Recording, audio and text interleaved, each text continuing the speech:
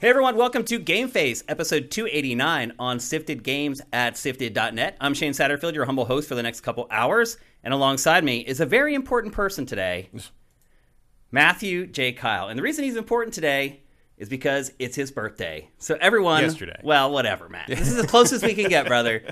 His birthday was yesterday. Everyone wish him happy birthday in the chat, please. In fact, I'm going to give him a round of applause just for his birthday. You made it another year.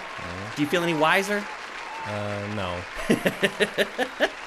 Try next time. Yeah. Right now, I just continually have those moments where I'm just like, oh, we were real close to 50.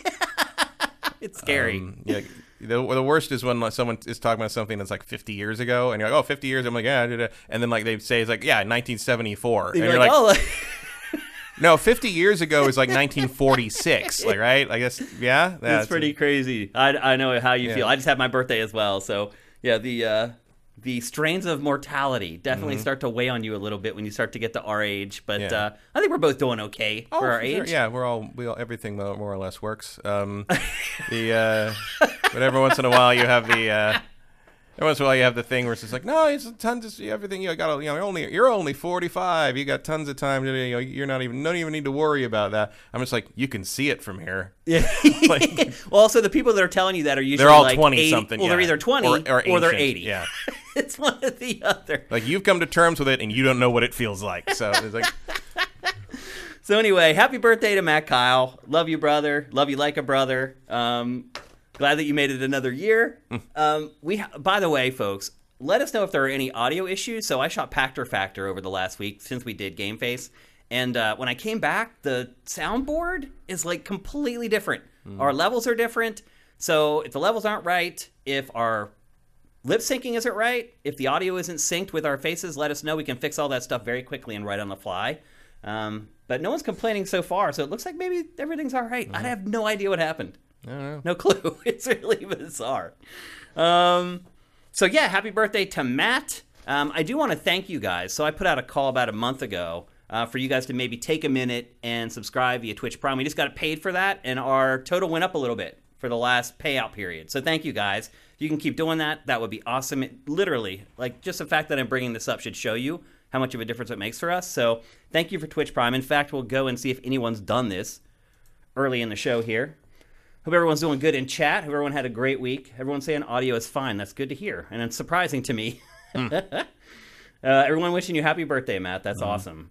A lot. Look at all that. Awesome. Thanks, guys. Thanks for wishing Matt a happy birthday. That's awesome. Look at all these people, Matt. Yeah, they should Twitch should give you money every time they do that. Or you money for your birthday. That'll be awesome. Okay, let's see. Shane AAA28. Thank you for Twitch Prime. My middle name is A. Shane Anderson, by the way. Mr. 60, thank you for Twitch Prime. Not Cirque. Noxatrinitis, thank you for Twitch Prime. That's all awesome. Johnny Hurricane, how you doing, man? Thanks for Twitch Prime. And is that it? Slagathor, thank you for Twitch Prime. That's awesome. As you guys know, if you subscribe with Twitch Prime, you get your name in GameFace. You get your name in Pactor Factor. You also get access to Pactor Factor a week early. You get it with our patrons. And I probably should mention that more when I talk about it on GameFace. So we appreciate it very much. If you're watching this episode on YouTube, the directions to handle Twitch Prime is down in the description. It's very easy to do. We already hit the hype train, apparently. This is great. Awesome way to kick off the show. Matt, it's a little bit of a slow week this week. Yeah. Everyone's holding their breath. Yeah. Unfortunately, we're Horizon. not. Yeah. Unfortunately, we're not talking about Horizon Forbidden West today. I have not received it yet for review. So it'll be a next week's show. And I did get review code for Elden Ring, though, which they may regret that one. We'll see. We'll see how it goes. I'm going to give Elden Ring an honest shot. I promise you. I'm really going to try to give it as fair a shot as I can. I'm going to try to stick with it as long as I can. I mean, you already played the beta. Yeah, and I mean, at the end of the beta, my interest was waning. So we'll see. We'll see how it goes. I'm very curious how the reviews for that are going. Like the smart money's on like some crazy 95 average. Everybody's going to love it, or everyone's going to give it really high scores. They don't want to deal with the blowback from giving it a low score. Yeah. But I don't know. Like, I feel like, especially reading the Horizon reviews with like how many weird complaints about just the fact that it's open world the lower reviews have given it. Like I wonder if like there's gonna be like a weird little thing where it's like, oh, Dark Souls went open world and it's not good now, or like it drags it down. I'd rather just play Dark Souls 4 or something. Yeah, I wonder if there's gonna be like a weird sort of like vector of that. Yeah, it's been interesting seeing the reviews for Horizon. Yeah, definitely lower than I expected. The average has worked out okay. The Metacritic, yeah, the average is about 90. It's about where I thought it would be, but like, yeah, there's some low scores from interesting outlets. Yeah, and I think if you haven't looked at some of them, and maybe you shouldn't because you don't. Yeah, I don't know. I feel like some of this stuff is like clickbait. A little bit, but like the Telegraph's review is madness. Like it's like there's a whole section about like how it's because like something about like sophomore albums are the hardest ones to do, and like then it goes into this weird tangent about the Stone Roses second album, and I'm like, what are you talking about?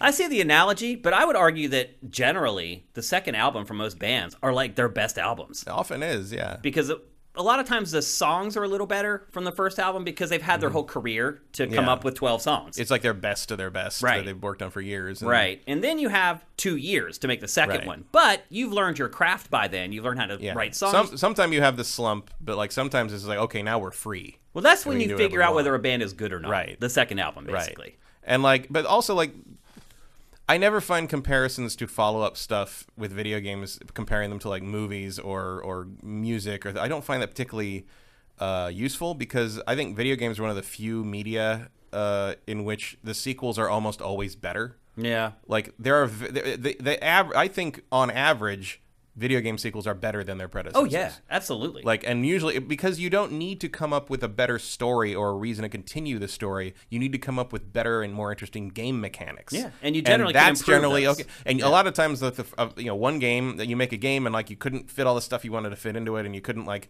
develop that one weird mechanic you wanted to put in there. And for the second one, you can. Yeah. And so it improves the gameplay experience improves, and that's why game sequels tend to be better than their predecessors, which is just not true of narrative media. It's true. You may like the story better in the first still. Yeah. Because story is... And I think that's like... My go-to on that is Metal Gear Solid. I think the first Metal Gear Solid has the best story by far, but you can see the mechanics evolve more and more as this... like, I don't think anyone would argue that Snake Eater isn't a really interesting piece of gameplay design. Yeah. I just hate the story. I don't really like the gameplay either. Like, no, I don't like that either. But like you can see that they're trying to put in some stuff that they couldn't do before. It's better than the first game for sure. The mechanics, but still not a fan. No, but that's what I think. And like I think Horizon had a good story. I'm curious if they can continue that without making it feel padded, but we'll see. Well, a lot of the reviews that really dinged it seemed like they really complained about bugs, which I was surprised that there's so many bugs in the second game. Yeah, I mean, I feel like those will be fixed pretty soon, but it's like I think we're going to see that more and more this year. You're going to see a few games that are they're going to come out whether they're done ready or not. To come out or not. I think I think we're going to see that with Harry Potter. Hogwarts Legacy. I mean, I feel like that still might slip from September, but like it feels like that thing's getting pushed out the door. Sounds like Gotham Knights maybe Gotham Knights, I think, as well. And WB's trying to be purchased right now. And you can't do that if you're not putting out putting out content. Yeah, like you need to show what you're doing. Yeah, it's interesting. I talked about this in Good Morning Gaming, talking about how it's difficult evaluating games now that have bugs because a lot of times they're fixed in like 4 or 5 weeks after release, which is crazy. It's like if you only needed 5 more weeks, wait 5 more weeks to release a game. But beside the point, you review a game, and then 5 weeks later, your review doesn't line up with the product anymore. It's tough, and I don't blame these people for docking a game if they find problems in it. You've got to review what they send you, what you're given, but it just puts us in a weird conundrum as critics. Well, there's so many, like, the way all this stuff works and interacts now is so strange. Where they haven't done it yet, but Lego is about to. It is believed Lego is about to announce that they have the Transformers license. Ooh, that's huge. And the first release being a big Ultimate Collector set of Optimus Prime from the new movie, Rise of the Beasts. Oh. But, of course, the Rise of the Beast was supposed to come out in June, and it was delayed to a year, to next year. So the film is done? The film it's in post. Like, they're still working on it. But they pushed it from June this year to June next year. But the merch has to still basically come out. Oh. The planned merch release has to happen. So this Optimus Prime thing is apparently coming in May. It's just like but the trick is it's like I think some like 1,500, 1,800 pieces, and it's the version of him from like Bumblebee in the new movie, awesome. and it transforms without being taken apart. That's pretty sweet, man. So it's the first time anyone's ever done that with a brick building transformer. Oh, they're going to be huge. Transformers Legos are going to be gigantic. Yeah, which means we hope Lego Transformers video game. Right, a video game. Like they need something to work on now. Yeah.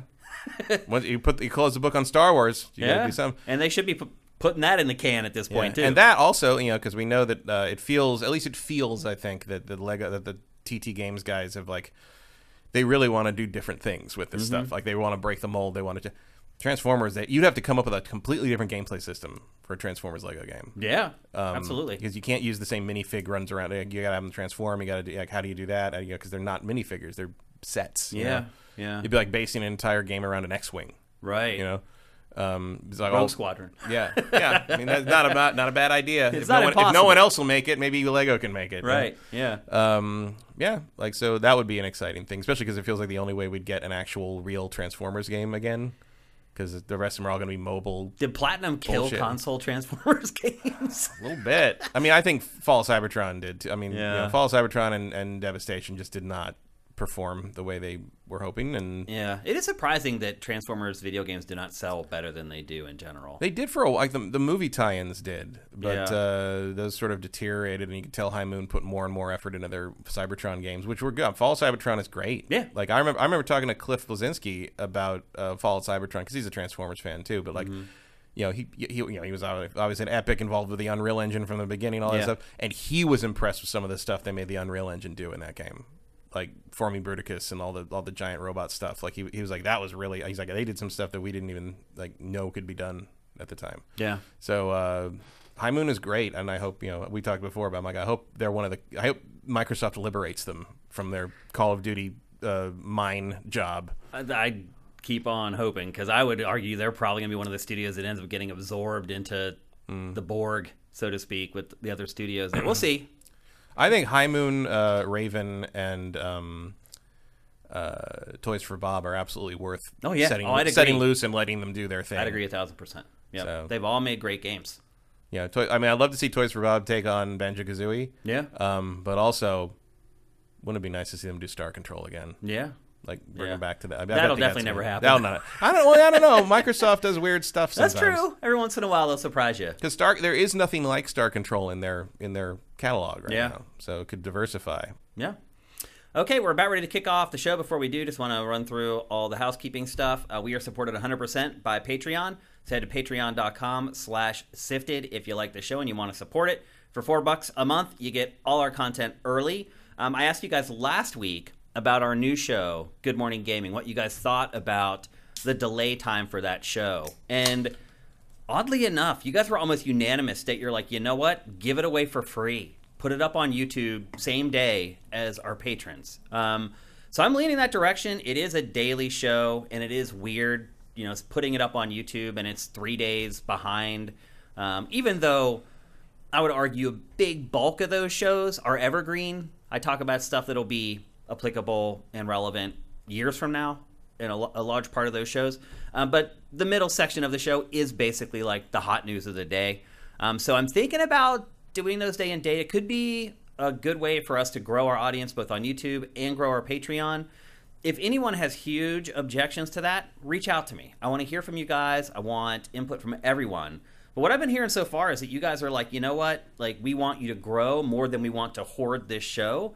So put it up at the same time on YouTube. If I don't get a ton of complaints saying don't do that, that's what's going to happen. It's going to start going up same day, same time on YouTube. Maybe we could even just delay it like a few hours so that the YouTube folks don't get it first thing in the morning like you guys do whenever you get up and it's just sitting on your phone and you can kind of listen to it as you get ready for your day or you're commuting or whatever you do in the morning. So anyway, again, maybe just another round of feedback on that. This is kind of a big decision, and I don't want to just make it all willy-nilly. But again, so far, you guys have almost been unanimous about it. So it seems like that's what you guys want us to do. So just one final note before we get going. And with that, let's get on with episode 289. We're going to kick things off with the biggest event that happened this week, other than Horizon Forbidden West, which we have not been able to play yet. And that is a huge Nintendo Direct this past week. And by huge, I mean like E3 press conference huge. Basically, like, here's what the rest of the first half of the year is going to be. Yeah, we've been Plus like a few. Yeah, we've been wondering like, where's Nintendo's games for 2022? Well, Nintendo just answered that. Here they are. Yeah, like big time. It's again, like I remember Nintendo press conferences didn't have this many games in them from E3 from like 10 years ago. Yeah, I mean, we all remember, hey, you got Animal Crossing. Right. So yeah. That's right. Back when we got Animal Crossing and Wii Music, we were supposed to be happy with that. Yeah, according to Reggie anyway. Reggie, yeah. This Nintendo Direct delivered, though. And keep in mind that everything we're going to talk about, and it'll probably take us a half hour to talk about this stuff at least. Just remember, everything we're about to talk about is coming in the first half of the year. So that was the focus of this Nintendo Direct, is what are people going to be playing until June? And it's a lot. I think, people may disagree with me, but I think the biggest game that was debuted during this, Matt, was Nintendo Switch Sports. It certainly has potential to be. I'm curious, though, because... Why is there no golf? Well, it's coming, apparently. Oh, okay. Yeah, at the end of the trailer, they say golf is coming, like, later in the year. There's two other sports coming later in the year. I'm wondering, though, obviously Wii Sports, this is a sequel to Wii Sports, and Wii Sports was gigantic, but it was packed in with the Wii. Packed in, and it was like a blatant demo of the tech. And I wonder how much of those sales, quote unquote, were because it was just packed in. What do you think? I mean, yeah, obviously it was, but like, I think there was just a hunger for those things. That got, same reason Wii Play sold so well, because it was sort of it wasn't a Wii Sports game, but it was the same idea. It was like mini games you played together communally, and it also packed in a Wiimote. Yeah, that helped. For a long time, that was the only way to get another Wiimote. Because they were all sold out everywhere. Yeah. But yeah, I mean, I think this soccer game is like so Rocket League. But it looks awful. Using the Ring Fit tech there. Right. That's cool. Yeah. Yeah, the band that goes around your leg. Yeah. But I honestly think the soccer looks awful. It probably will not be a lot of fun. Yeah. This is just, why not just play tennis? Right. Why is this not tennis? It's like tennis because badminton's easier to play than tennis. Yeah. You don't have to run as hard or as fast. Yeah, and the shuttle floats a little bit. It's kind of like tennis for kids. Yeah. Badminton. Volleyball could be cool. Good. A lot of that's going to depend on how automated the players are. And that's honestly Wii Sports in general, or now Switch Sports in general. A lot of the games do depend on that. How does the automation work? That part of I mean, I do think the stars of this will probably be bowling and Chambara. Yeah. And tennis probably. Maybe tennis, yeah. But bowling is just a tried and true Wii Sports tradition, and Chambara just looks interesting to me because of the versus angle on it. Also, the fact that they're calling it that and not like something more English. Yes, like it just should be called like sword fighting or something. I mean, Chambara is that's the term for samurai dramas. It's just like, that's the sound that swords make in Japanese. Chambara bara. Yeah, yeah. And so it's funny that they kept that. But it is very much a kind of like modified kendo fight that has no analog in actual sporting, so I guess that makes sense. Well, the other big thing about this, too, is that it's all playable online. I mean, I think that gives it a huge... Well, you also have to have your Nintendo Switch Online subscription, so there's a barrier to entry there. But the subscription, and you have to have a good connection. I mean, there's playing stuff online with the Switch has not been a wonderful experience for the most part. I can't think of too many online experiences that have been exceptional on the Switch. Its network just isn't that great. There's so many people playing on Wi-Fi instead of hardwiring their consoles, because it may get better now that more people have a Switch OLED. That's also why I'm saying like bowling is kind of probably your star here, because it doesn't require anybody to be in sync. Doesn't really matter. Yeah, it won't have a big effect on it. But I do think that online, if they start setting up tournaments and things of that nature, it could become pretty big. Yeah, if they support it, Did you play a lot of Wii Sports, Matt? I mean, I know everyone played at least a good bit of it because it was just a thing. Sure. I didn't play really any Wii Sports Resort. Yeah, me either. It was over by then. Yeah. But no, there was a period of time, certainly like in 2006 and like a good bulk of 2007, like we all kept Wiimotes in our cars. Yeah. In case like Wii Sports broke out at someone's house after we were at the bar or something. I was like, It was another time. It was another time. That was also around the time when Rock Band was huge. Yeah. So parties were great back then. You'd show up, you'd start off with some Wii Sports, and then you move into Rock Band, and by that time it was time to go home. A couple months ago, I put up a picture. It was a picture of me playing Rock Band at some party we were at, and everyone was like, "Oh, you remember when that was literally what a party meant?" That's what it was. Yeah, it was like you just knew. when you went to a party, you were going to play Rock Band. We're going to play Rock. Everybody's going to, because especially we went to the right. Certain houses had the full setup with the and they never took it down, and you could just roll in, sit down at the drums. It had basically become like a fixture of the living room at that point. Yeah. It was such a pain in the ass to break it all down and put it away. I still have most of that stuff, and every once in a while I think about, it'd be fun to break all that out and have a Rock Band party again, and I'm just like, nah. But you know what deters me from doing that though is that there's like all these dongles. Yeah. That like you ended up, and I don't remember how they all worked and what I needed, and have I thrown some of those away? This box or that box, and it's after not I moved, worth where did it go? It's like tearing out my whole closet to get the drums out, and like I tried to set them up at one point because I was like, I like to play, and I was trying to this dongle for that. Do I connect it to the Xbox One or do I use it for this? Or maybe I just use the 360. I don't know. And at a certain point, I was trying to make the drums connect with the right dongle to this, and it wouldn't recognize it, and I was just like, I'm done. I just put everything back. Yeah, I feel the same way. So anyway, but what a good time! It was a great time. I loved gaming back then. Yeah. The other thing weird to think of, because what 2016, like I was 30. We were so young. I know. But we thought we were old. We did, but we weren't. We're like, oh my god, we're gonna be 33. That's so old. That's how old Jesus was when he died. Like, it's just like, no, you're a baby. You have your whole life in front of you. Stop it. Yep. When you get out of your 20s, 30 may have been the hardest age for me. 30s, I mean, because that's when you're forced to be an adult. Yeah, well, or people perceive you as you should be an adult at 30. Man, I still have things like where I'm thinking like we've been going through some stuff with some moving stuff with my friend and things like that, and like trying to take care of all these things. And she's like sometimes I get this feeling like, oh no, like we can't do that. We're not old enough to be doing that. And she's like, we're in our 40s. Like, yeah, we're old enough. Yeah, it's so weird. Like you never quite see yourself as that. Yeah, absolutely. I'm right there with you. Nintendo Switch Sports launches on April 29th, but coming up this weekend, there is a free online demo available, playable demo available if you're a Nintendo Switch Online subscriber. It goes from February 18th to February 20th. So this weekend, if you want to check it out, dive in. I know I'm going to check it out, and we'll talk about it on next week's GameFace. Next up, a bittersweet announcement, Matt. So we've been kind of hoping that Mario Kart 9 might be coming soon. We thought maybe it might come out this year as a surprise release for the holidays. And Nintendo basically threw a big fat wet blanket on those hopes when it announced 48 new tracks for Mario Kart 8 Deluxe.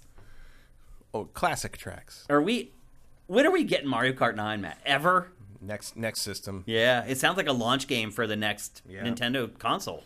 I mean, this is a good. I mean, $30 for 48 tracks is a pretty. I think it's $25, isn't it? 25. I thought it was $29.95, but I might be wrong. Either way, it's a good. Either value. way, it's not a bad really deal. Good value. Yeah, and it is the thing you get included if you do the Ultra subscription or whatever. Which is a much better deal, much better enticement, I think, than the Animal Crossing DLC. I'd agree. Yeah. Not that it's enticing to me because I don't even own Mario Kart, but I think that's a better. You don't have Mario Kart 8? I do not. Wow. I have never played Mario Kart 8. You didn't even have it for the Wii U? No. Wow. So you're not a big Mario Kart guy? No. Oh. When was the last one you really got into? 64. Wow. No, I wasn't very good at it either. But no, Mario Kart has never been my thing. Wow. I have gone through periods of my life where I was completely and hopelessly addicted to Mario Kart. Yeah, well, and I don't regret you and Sam are that's right. Mario Kart veterans. Yeah, that's true. Yeah, Sam was a big Mario Kart player too. I discover people like me. Like I was home for the holidays, and when I found out one of my friends is a hardcore Mario Kart player, and I was just like, that's random. But yeah, I would agree. Overall, I think this is a pretty good deal, what you're going to get for the money, even if it is $29. $25 or $29, that's a good deal either way. I do wish it came with a couple new characters, but you can't ask for everything for Nintendo. There's not too many left, really. Yeah. The J-Bone says it's $25, so that's an even better deal. Yeah. I'm not going to argue with that. Although I will note on the subscription thing for that, I will note like no announcements of new N64 stuff. No, for the that. That's true. Yep, and just so you know, it's 48 remastered courses from across the entire Mario Kart series, including Tour, which I thought was interesting. Like, that was, I didn't expect to see that in a lineup of like, mainline Mario Kart games, but I guess they count it. People may be sitting there right now wondering, why the hell is Shane saying Mario Kart 9 isn't coming? Well, the reason is because all these tracks aren't being released at once. Yeah, it's like 2 years or something. Yeah, it's like 8 courses at a time across 6 different waves that end at the end of 2023. Yeah. So all this year, next year. This is the Mario Kart plan for the Switch. Yeah. For the rest of the Switch. The rest of the Switch. Do you think this signals that maybe we may see Nintendo's next console around that time, or no? I mean, I think it lends credence to the idea that this Switch 2 or what the Super Nintendo Switch, whatever the hell it ends up being, is going to be spring 2024. Okay. That would be my guess. It makes sense, but I don't know. Like this week, Nintendo's president said that they're planning on seeing the sales of software soften across their evergreen games like Animal Crossing and Breath of the Wild and Mario Odyssey. And that because of that, they're going to start concentrating on new game development, which is great. Like I'm like, yes, that's exactly what you want if you're a Switch owner. But does that mean that these games are going to be in development for Switch or for Switch 2, or does it even matter? I mean, I have a feeling that they're going to be, both compatible. Yeah. I think it's going to be like, the other systems, like you're going to be able to, they'll just look better and run better on the new system. Yeah, you can still play them. The games now are on NVIDIA tech, so yeah. Chances are the next console will also be built on NVIDIA I think it'll tech. all be compatible, just be a power boost more or less. Yeah. Which is fine. Yep. Like that's all it needs to be, really. But yeah, so there's all these waves lasting until 2023 for Mario Kart. So, I mean, the good news is you're going to get Mario Kart content for the next 2 years. To me, this says that this is what they were working on, and it was misinterpreted somehow as Mario Kart 9. You're probably right. Yep. Somehow somebody got, there's a big Mario Kart thing Mario coming. Kart project happening. And they're like, it's got to be Mario Kart 9. And as it turns out. Even, especially if if I had gotten wind of a vague thing of like a 2-year season pass, I would have assumed that was a new game. Yeah. Instead, because this doesn't happen very often. No. I mean, Mario Kart 8 is old. Yeah, like 2 systems old. Like it's getting tons. It's a Wii U game. Tons of DLC still. It's crazy. It also makes you. But also, that's kind of what I think more games should be. It's like, okay, if you kind of nail it, don't start over. Yeah. Just keep adding things and make it a platform. And I think this is smart. I agree. Yeah, I have no problem with it. Other than the fact that we won't get a new game for probably a little longer now, but. But really, with Mario Kart, especially now, most people don't seem to want a brand new reinvention of Mario Kart. They just want more. Yeah. And that's what this is. Yep. You got to decide when to slap a 9 on it. But it would be nice if Mario Kart 9 had all of Mario Kart 8's content and was just new stuff on top of that. Yeah, but then the DLC tail for that game is short. So well, I mean, you can always. it's going to be no matter what, really. Now make 48 new courses. Right. And they could. So then you've got a collection of all the classic courses you could want and a bunch of new courses. You end up having 100 and some 100 something Mario Kart courses. That's mind-boggling. And 80 characters or something. Start branching out really hard there. Yeah. Yep. So big DLC coming for Mario Kart that's going to last a long time. Yeah. Basically, Mario Kart Ultimate, the same way what they did with Smash Brothers. Yeah. Yeah. Yeah, they could do the same thing. Next up, Xenoblade Chronicles 3. We're both fans of this franchise. Yeah. Xenoblade Chronicles 2, I think, was at least a little bit of a disappointment. Oh, yeah. Actually, Xenoblade, I think Xenoblade Chronicles 2 was a misfire in a lot of ways, outside of the game mechanics. Mm-hmm. I didn't like looking at it. I didn't like how weird, I didn't like how boob focused it became. It just became weird, gross anime. It became a stereotype of anime stuff. It was just why are all the blades had their boobs hanging out and weird it's just gross. I didn't like it. And now, but this one is going back to basically the aesthetic of the original, which is great. This looks great to me. Yeah, they definitely have toned down the anime boobage for this. Do you think that'll bother some people though, man? I don't care. I don't either, but and also just having reading everything about the discourse on Xenoblade in general. Most Xenoblade fans prefer the original and X. In terms of I definitely do. So it's not even close. And there's still a little bit. I mean, I don't think you wear that dress to a battle usually, but it looks way more like the original. And apparently, it's going to bridge the gap and kind of explain how you got to the world in 2. Is that what they were talking about? I couldn't figure out what they were saying. That's what they're talking about. It's like because the thing about 1 and 2, we still don't really know how the world of 1 ended up as the world of 2. Right. Like, there's a gap in there that nobody's really, they haven't explained, like, how that happened. When did everyone stop wearing pants? Like, what's going on? So this is supposedly going to bridge that gap. Yeah. So apparently the order is going to be 1, 3, 2, I guess. Yeah, that's weird. I mean, it's it's JRPGs. Most JRPGs would call it 2.5. Yeah, or like, I mean, Square would just make up a bunch of words and call it like some kind of like Tanger Vetrix nonsense thing. Like, it's like, okay, whatever. Yep. But Infinite discovered unrealization alpha. Sanuku is saying he played it for 40 hours and didn't feel as if it was focused on boobs. I feel like you didn't have a lot of women walk through the room while you were playing it. Yeah, maybe not. You needed that person to tell you, "Hey, this is a little weird." No, don't even tell you. Just look at you with the eyebrow. Like, yeah. And my girlfriend at the time was huge into anime stuff. Yeah. Like, owned anime porn of her own, and even she was like, no. I think for me the big issue with the last one was that it wasn't just that it was anime girls with big boobs. It's that the girls looked like they were like 11 years old. Yeah. That's what really bothered me. Yeah.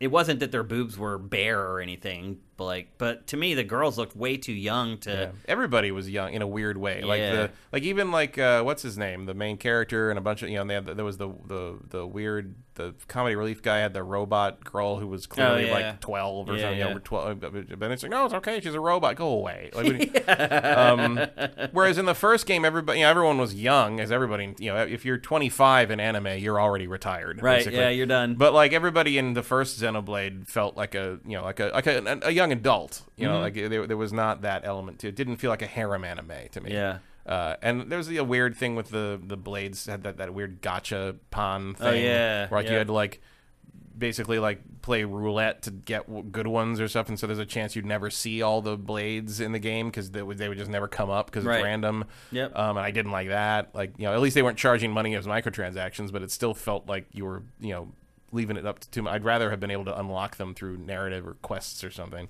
Yeah. I just didn't like a lot of the directions they went with it, and this looks like a huge step in the right direction. I'm also shocked that it's this year. Like, for a game nice that generally they're gigantic. Yeah. And this year, I mean, the timing does seem right. It's about right, yeah. Yeah. I just kind of forgotten about it. Yeah, it didn't occur to me that could be this year. Right, me either. I should have picked up on it. That's my bad. I will say, I mean, maybe not, but like the fact that this is September. Yeah, that does make me a little nervous for Zelda this year. Like putting out a big thing like this that close to when Zelda would have to come out. I mean, not you could argue that sells anything close. To right, Zelda, you could argue that Zelda can come out whenever it wants. It's not good, but like putting those two that close to each other is a little odd to me. It is a little odd because they have a big game now for Q4. Yeah, right, but if Zelda was out, also because Nintendo doesn't really give us big, serious adventure stuff all at once like that usually. Yeah. But if like Zelda's more like March, don't say that, Matt. Ashes on the Hourglass says that Monolith has tripled in size since the second. Yeah, well, I think the fact that they were so integral in Breath of the Wild definitely brought a lot of attention internally to them, and so I'm sure Nintendo was like, "Oh, these guys do that open big stuff." I mean, I'm sure they were involved. They were on the credits for Arceus too. I think I saw something about that. I didn't see any, but it seemed like that. But maybe I'm sure they were advising at some point because they pulled a world like this off on the Wii. I know. It's ridiculous. It's pretty amazing. Yeah. Yep. Like that still looks, it's blurry because it's the Wii, but it's the size and scope of that thing is impressive. Yep, absolutely. Next up, as you said, coming in September, by the way. Next up, Mario Strikers Battle League, the sequel to the GameCube arcade-style soccer game. Yeah, Did you like the original Mario Strikers? I did. I also believe I have a sealed copy of it. You should keep it sealed. So I think I played the X-Play copy a lot. But silver? Yeah. That's what they used to call the review code for but I never GameCube. opened your retail one. I played a lot of this, but I'll say this too. The more I played it, the less I liked it. Because once you got good at it, it became kind of a pattern. Mm-hmm. And a lot of times, the person who won, it was more luck than actual skill. If two skilled players were playing against each other, But I still had a lot of fun with it. And before I got to that point, I played it probably for 40 hours before I got really good at it. It's like the NBA Jam or NFL Blitz. Like you don't take it too seriously and just play it and have fun. I will say I'm not a huge fan of the art style in this one, but like that I don't. Well, like that is the art style from the first game, isn't it? Yeah, but that kind of ink scratchy. Street Fighter, was it 4? That art style as well. Yeah, it does look like 4, but that one obviously predated 4. Yep. But wouldn't it be weird if that was the inspiration for Street Fighter 4's like art Mario styles? Strikers? Like Ono was just like, we're gonna do Mario Strikers up in this one. Like, yeah. It doesn't look that much different to the GameCube game, honestly. I'm probably not gonna play this. Yeah. But like, I definitely will. But it's fun that it came back. Yeah. It feels like it feels like a thing that should exist. It feels like Nintendo thinks it should release a sports game once every 18 months. Yeah, well, and also that's kind of the other concern is the other sports games they've put out have not been Mario sports games have not been. They haven't been runs. Great, no, and they haven't been great at launch specifically because they're kind of treated almost like free-to-play games. Yeah, they're a little bare bones. Yeah, they don't have many modes. They don't have many especially characters. Tennis. Yep, all of them have kind of been that way. Tennis and golf were and they count on releasing characters as DLC as time goes on, but I don't know. I always manage to lose interest in them before those new characters or modes show up, and so it doesn't pay off for me. I don't know how much they're going to try to sell this for, but it does kind of have a free-to-play vibe to it, while obviously looking nothing like a free-to-play game. It looks like full-priced, big-budget game. The production values are good. Whether you like the aesthetics or not, obviously, is up to your taste, but it's good to see that the breadth of exclusive games on Switch continues to expand, but I'm not all that excited for this, sadly. It's sad that Mario plays all these sports and does all this activity and he just can't lose that gut. Yeah, it sounds like me. Minus the activity. That's all about to change, though. Man eats pasta 3 meals a day. You can't do that. Yeah, I know. I got a bike for Christmas, and I finally just got it and had to put it together. And it has flat tires, and I'm like, because they don't pump them up when they ship it. I'm like, what am I supposed to do? How do I get the bike to pump up the tires? I have to go buy a can of air or something, or buy a pump. Yeah. I guess. But anyway, I'm going to be riding on my bike. I got for my birthday, and I'm getting a helmet and a light and all the stuff that I need for it. So I'm ready to roll. You may see me rolling up to your house. I'm going to be looking for places to ride here soon. So I might just be knocking on your door. What's up, man? Biking in L.A. Brave. Yeah, hopefully I don't get killed, because it is pretty dangerous riding bikes in L.A. So I'll be very careful. Try to say nobody walks in L.A., but I'd rather walk than bike. Yeah. I'll try to stay on the bike lanes. We'll see how it goes. Next up, Fire Emblem Warriors. Three Hopes. Yeah. So it's basically a Musou game from Koei Tecmo set in the Fire Emblem Three Houses universe. So you'll recognize some characters from this. Do you still play the Musou games?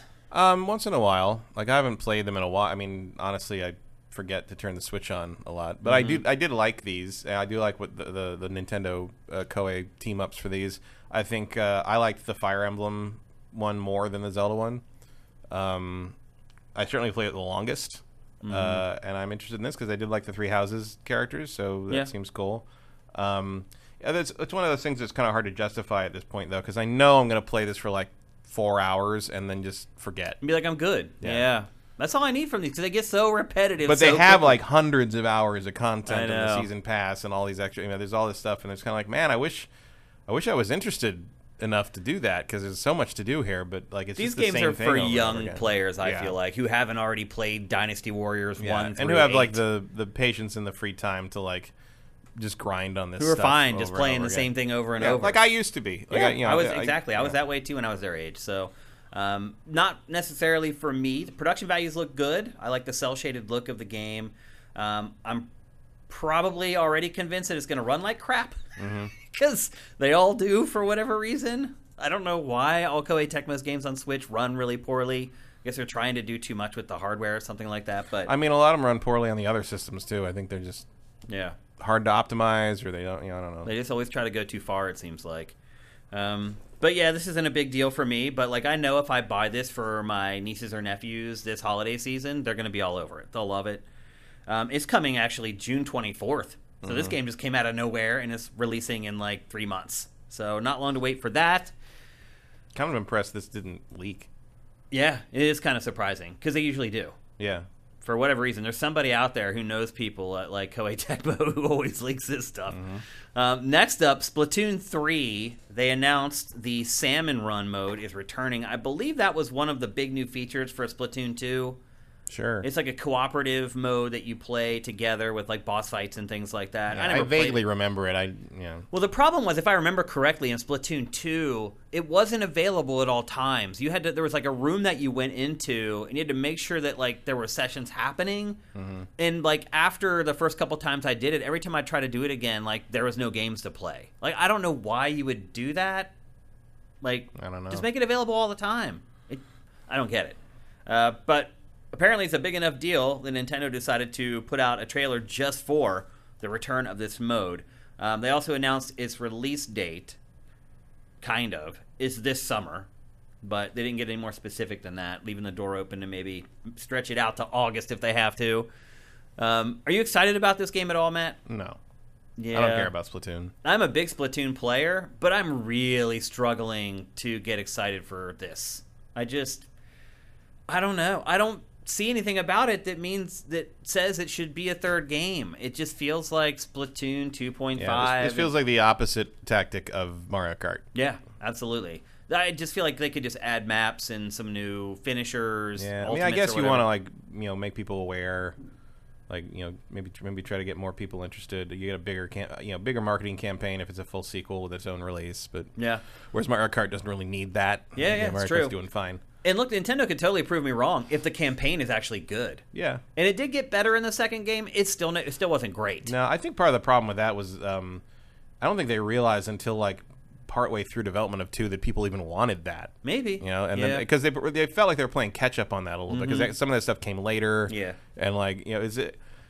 And I guess they weren't expecting people to get the fan base to get as attached to the characters as they did. Because they are weird. Because they're not they're barely characters, but like they were embraced by the fandom, and like the fan art is huge, and like people make up their own stories with these characters. The demand for it is very much there. The narrative in that world with these characters, and Nintendo, I think they just sort of had to scramble to like deliver that. Yeah. And they are delivering. I mean, to their credit, they are delivering it, and they're trying to focus on it and give the people what they want. Yep.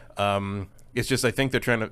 I don't think Splatoon was ever designed to do that as a concept. Right. Like it was just a multiplayer game. Yeah, multiplayer game with like cool looking designs and like some kind of whimsical thing, and it was just.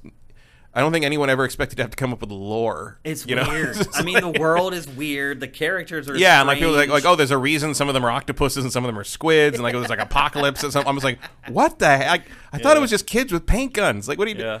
One thing I did like about that they did with Splatoon 2, though, was they had these special events where you would choose a side, and then for like the next week, it was like one side battling against the other online, and there was a tally that kept going. And that was one of the only times I've ever played it for any length of time was when they did the Transformers one. Yeah. They did an Autobot Decepticon one where it was like red and purple. Yeah. They do cool stuff like that. Yeah.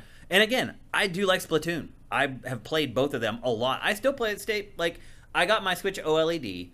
And I didn't transfer over most of my games, but I transferred over like 4, and one of them was Splatoon 2. So I am a fan of it. But like I get it, and I think it's satisfying to watch the paint spread and like pop up on things.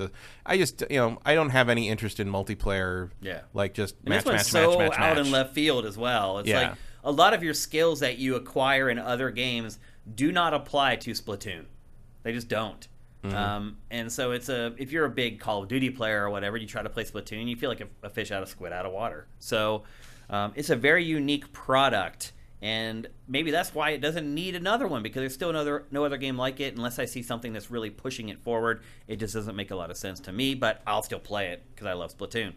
Next up, Kirby and the Forgotten Land. We finally got to see Kirby being Kirby.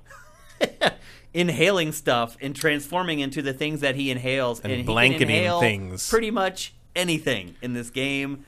What do they call it? Kari, the character after he inhales a car. Yeah, Carby. Yeah. It seems like you can just add a Y to the end of anything, and then you got a character. Like, this is really disturbing. It is. And it started a huge art trend on Twitter. He's like a meme. Yeah, he's turned into like a thing. My favorite one being Kaneda walking up to the bike in Akira, and it's instead of the cover over the bike, it's Kirby. It's very well done. Yeah. This game looks bonkers. It really does. Just like I don't know if it's gonna be any good, but it's like I don't think I can not play this. Oh, I'm it's definitely too playing weird. it. Like Yeah. I'll be interested to see too if it's a Kirby game that actually lasts more than like 5 hours, because most Kirby games are pretty short when it comes down to it, and this one doesn't look like that. It looks like it's going to be a big experience. So mouthful mode. Yeah, it seems like they should have come up with an idea for that before this.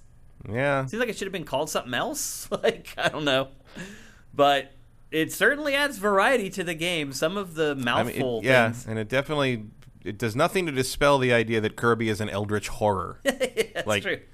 He's, even the bio stuff in like Smash Brothers and stuff describes him as like basically a being of unlimited power, and so he's an terrifying. unkillable. And it's like like he's some kind of elder thing. Look at this though. This is cool. Did you notice how the water isn't full inside the balloon there? Mm-hmm. Yeah. There's so many nice little touches to this game. Look at that. He's got like a little space in the top there. Yeah, you can see through him a little bit. Yeah, which is it's even pretty more cool. disturbing. Yeah, it is. So I would argue that this trailer made me more excited for the game, because it basically just shows you that there's going to be a nice variety in the gameplay. It's not just like another Kirby game, except now he's in like overgrown ruins. It's like oh, you're doing some new. I mean, they always do something new, but they're really leaning into the weird on this one in a way that like Nintendo often doesn't. Yeah. It feels like the sequel to the Luigi Death Stare. A little bit, yeah. It's kind of picking up online in the same way with memes. And I like that they're embracing the whole idea of like, Kirby is like one of their most adorable like mascot characters, but like when you stop and think for a second, it's just like, oh, yeah, like, what? It's horrifying. Yeah, and like they're really, like that, like the fact that he's like kind of laying over that car and his feet are on the bottom. It's just like oh, what the, but he's still got the eyes. And you're like, oh, that's cute. It's like the dissonance of that actually really works in a weird way. Yeah, I'm excited. I'm way more excited for this now after this trailer than I was before it. I think Kirby is the last Nintendo character you would want to face in combat. Probably. Like he would kill you. Like Well, you would have no chance. you. What would you even do? I don't know. Like, I'm not saying it'd be easy to beat Samus or Link, but at least they can be beaten. Well, the catch is if he inhales you and he turns into you. Where do you go? Right. It's so trippy. It's great. And what is there a difference if he spits you out and if he swallows you? Right. Because if he swallows you, where do you go? To some abyss somewhere. Yeah, because he's a portal to the fucking Somewhere. dark dimension. It's like it's some Doctor Strange shit. I bet he shows up in that movie. Yeah, I'm way more excited for this Kirby now than I was, and I think that's mission accomplished. Like I'm That's the convinced objective. Kirby's just hiding his tentacles. Yeah, and here's the kicker, Matt. It comes out on March 25th. Yeah, coming So right up. it's literally like a month away. So not long to wait for that one. Next up, bit of a pleasant surprise, Earthbound. Coming to Switch. For the Super Nintendo and the NES one, which has never been released in English before. Are you an Earthbound fan? I liked it. I mean, I'm Do not you subscribe to the whole mania around Earthbound? No, but I liked I played Earthbound. I played it late, actually. I played it when I worked at West Coast Video in the summer of '95, and they had a copy of it that they were starting to close out their Super Nintendo rental section because the new systems were about to come out. PlayStation was on the horizon, and the old games just weren't renting like they did. And they kind of did a fire sale of them, and so I got kind of a beat up copy of Earthbound, but it was a copy of Earthbound. I also got ActRaiser 2 and a bunch of, and I'd never played it before, so I played it, and like it was good. Like it was not what I expected. Like it's definitely, I will say, if you go back to the like the magazine ads and stuff for this game, one of the worst ad campaigns in Nintendo's history. Like, it doesn't tell you anything about what the game was. It wasn't a big hit when it came out. It's become more popular over time. Well, because I think anyone who really ran into it or found it or sought it out or really played it in the 90s, like, found this really unique, weird... it has a sensibility that nothing else had at the time. And arguably still doesn't. And the first... I've never played the first one. So I'd be interested to play that one, although I don't know how well that holds. NES games don't always hold up anymore for me. But I would play this again. I would play the Super Nintendo one again. And I this does seem to maybe bode well for the possibility of Mother 3 coming here one day. Yeah. Which everybody's been asking since that's the one everyone wants. Forever. Yeah. It's bizarre how many things come here from Nintendo that like nobody asked for. Yeah, but the like stuff that they're asking for. Mother 3, everybody wants. Yeah. I know, it's like pulling teeth to get the stuff people actually want half the time. Yeah. Like certainly, I think if you are a fan of the game went out of my title went out of my brain. The indie game that everybody loved that was like the where you could kill everything or not kill anything. Like it was like an RPG action thing. There's a evil flower, band with a U. Undertale. Thank you. Oh, Undertale. Okay. Yeah, I think Undertale is definitely Earthbound inspired. Seems that way. A very similar, got a similar vibe to it. Yeah.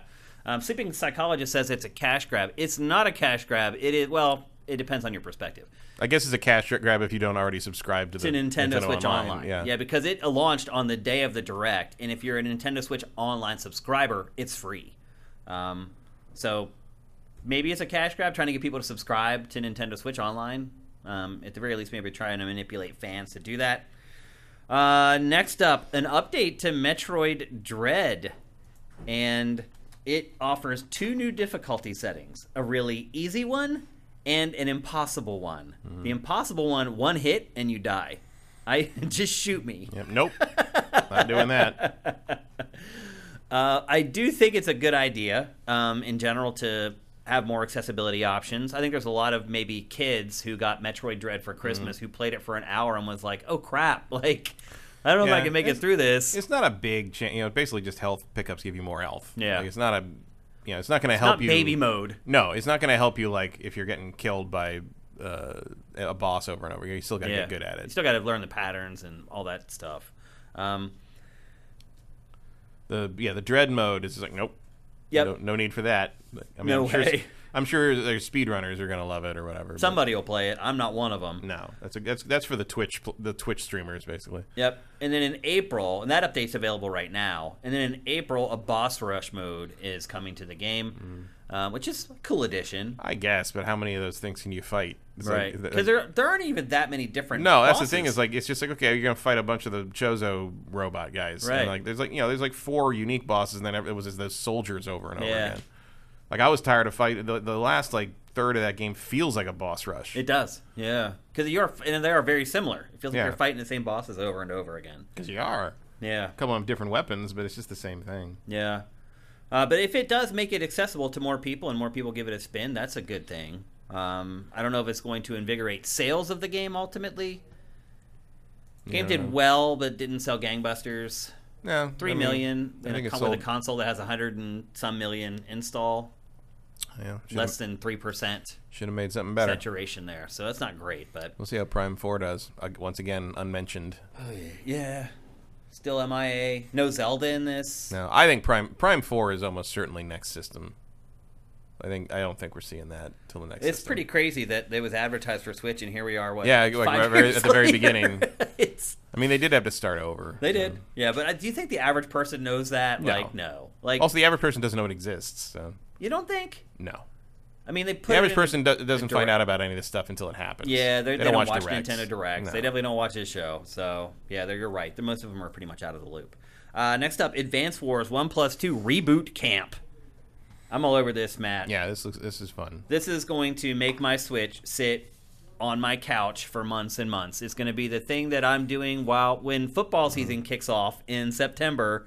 This game will still be sitting in my Switch on my couch while I watch football as something to play. Yeah, and like the fact that it has like the undo turn thing is like, oh yeah, that's gonna take all the stress off of me. Yep. Trying to because I will do that all the time. Turn-based strategy is not my forte. Sometimes I will just not see how close someone is to being able to shoot me the next turn, and I've lost a lot of matches. I've lost a lot of levels of this game because I just didn't pay attention to where the range of the next enemy was. Yeah. And this will definitely help with that. I'm not a turn-based person. I'll put it to you this way. I started playing Expeditions Rome because this week was bereft of game releases. And I started playing Expeditions Rome, and I got about an hour and a half into that game, and I was like, no moss. I can't do it. It's insane. It is the most insane turn-based strategy RPG I've played, and I figured that out in the span of like 45 minutes, that it was like way more than I was planning to take on.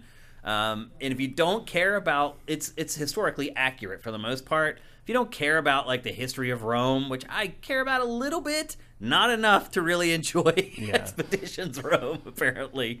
I tried.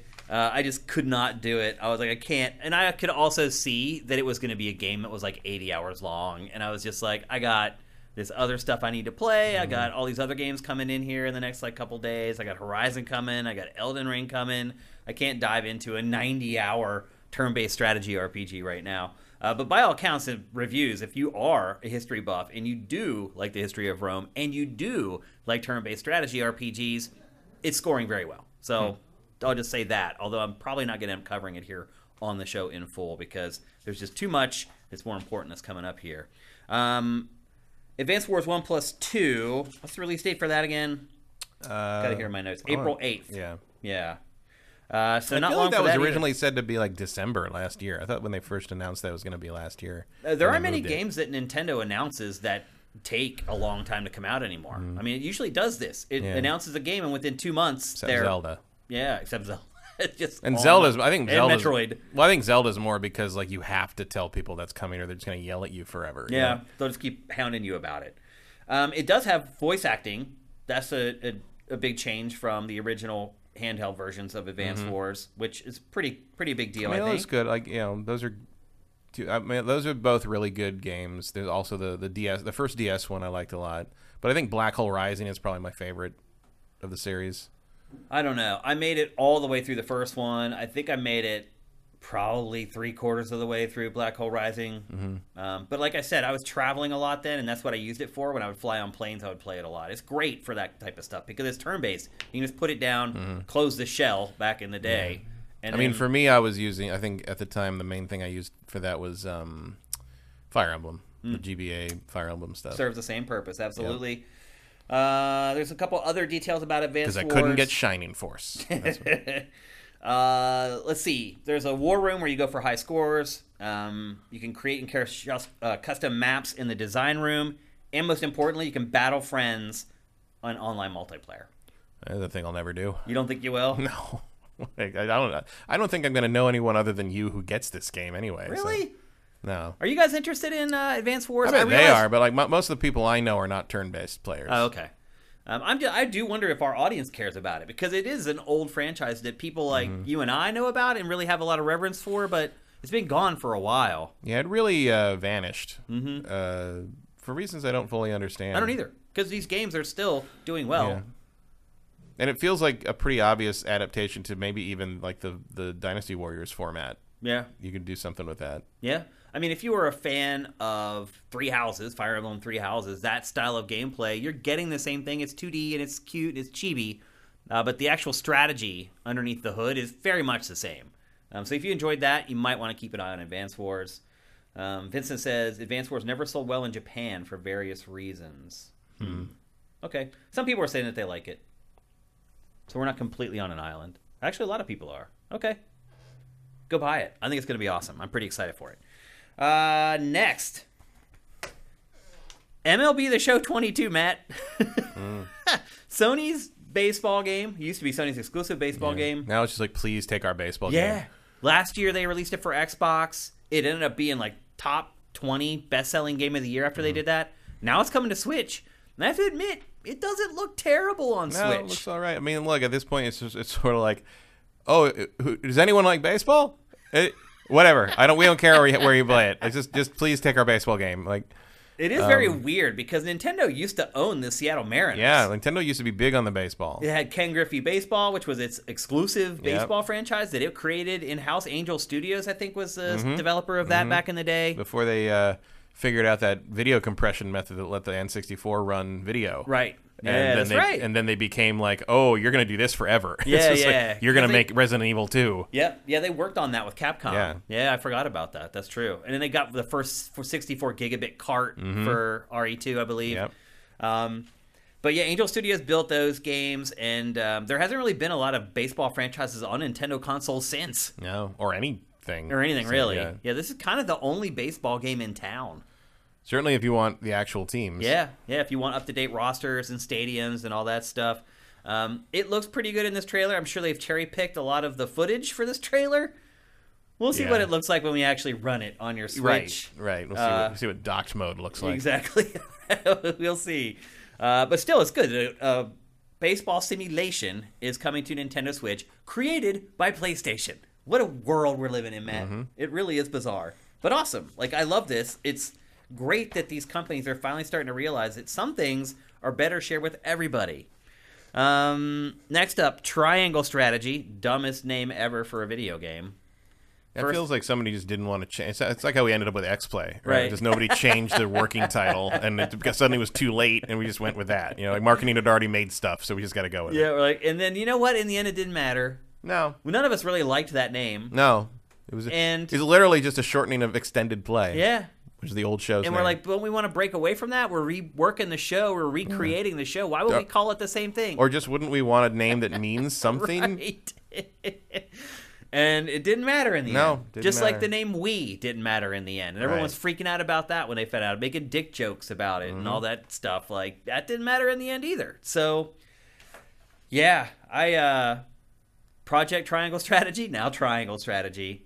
And this is also a strategy RPG. We can't get enough of these, apparently. Well, this team seems to do one thing and one thing very well. So. Yeah. And there's a demo of this right now up on the Switch eShop as well. It's like the first 3 chapters of the game. Substantial. And the save carries over. Yeah, so. And the save carries over to the final game. So if you give it a try and just you like like they did with, what's it called? The other one. I can't remember game titles today. Because Octopath Traveler. Yeah. Their other games all look alike, too.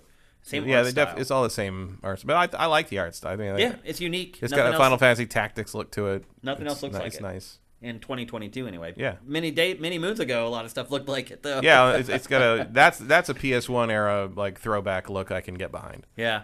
And if you do play the demo, download the demo on the eShop, and you like it, the full game launches on March 4th. So you don't have to wait too long to actually play the full thing. And as Matt said, your saves will transfer over to the full game. So you're not going to lose any time if you decide to do that. Next up, maybe the biggest surprise, although I know you don't like this game, so it probably didn't make an impact with you, but Chrono Cross: The Radical Dreamers Edition.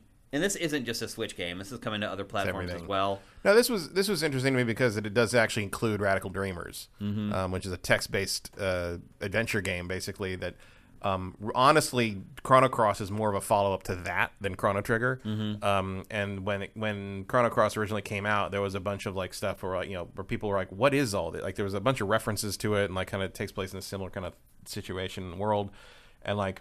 There were people who had played the Japanese one, Radical Dreamers, were like posting like summaries of it to explain to people who were trying to get into Chrono Cross like what was going on and like, what the relation to that. So including it in this, if you're going to do an actual like update, like complete edition of Chrono Cross, including Radical Dreamers is absolutely necessary, I think, and it's good that they're doing that. I do still hate this game, but like I think they are doing it up the way they need to do it. Yep. Which actually kind of surprises me because Square has been a little lazy in their updates of their PS1 era games until they were held to task on it, and now they did 9 was better or 8 was better rather, and now I guess they're doing this the right way. So cool. Like I don't ever want to play it, but I'm glad they're gonna finally give it a complete experience to people who do like the game. I do wonder how many people are gonna like fell in love with this game when they were like 10. And are going to play it now and be like, wait a minute, this is crap. This may be a game better left to the nostalgia goggles, but we'll see. It sounds like they're doing a good Music's job still on great, it, at least. Oh yeah, they are doing it up the way they need to do it up. Like even as someone who hates this game, I think looking at that, I'm like, okay, so you're giving it the respect it deserves. Which some of their other stuff has not. Yep, that's coming on April 7th.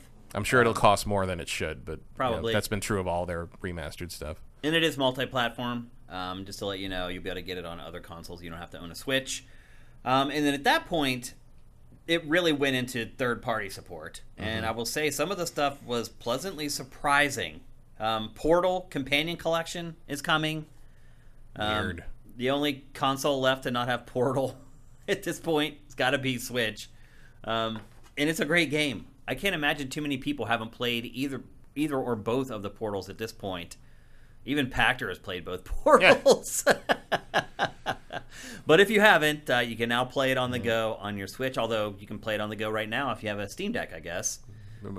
Whoever has that. Yeah, I haven't really seen a whole lot of those out in the wild or people talking about them. I know they're shipping them in like batches or whatever, so a lot of people haven't got them yet. But you would think there'd be more noise about it. Like the hardcore tech influencers have been doing coverage of it because Valve sent them Steam Decks. But I haven't seen a lot from the traditional gaming press, really. But yeah, Steam Deck's out there now for people who ordered and got them in that first wave.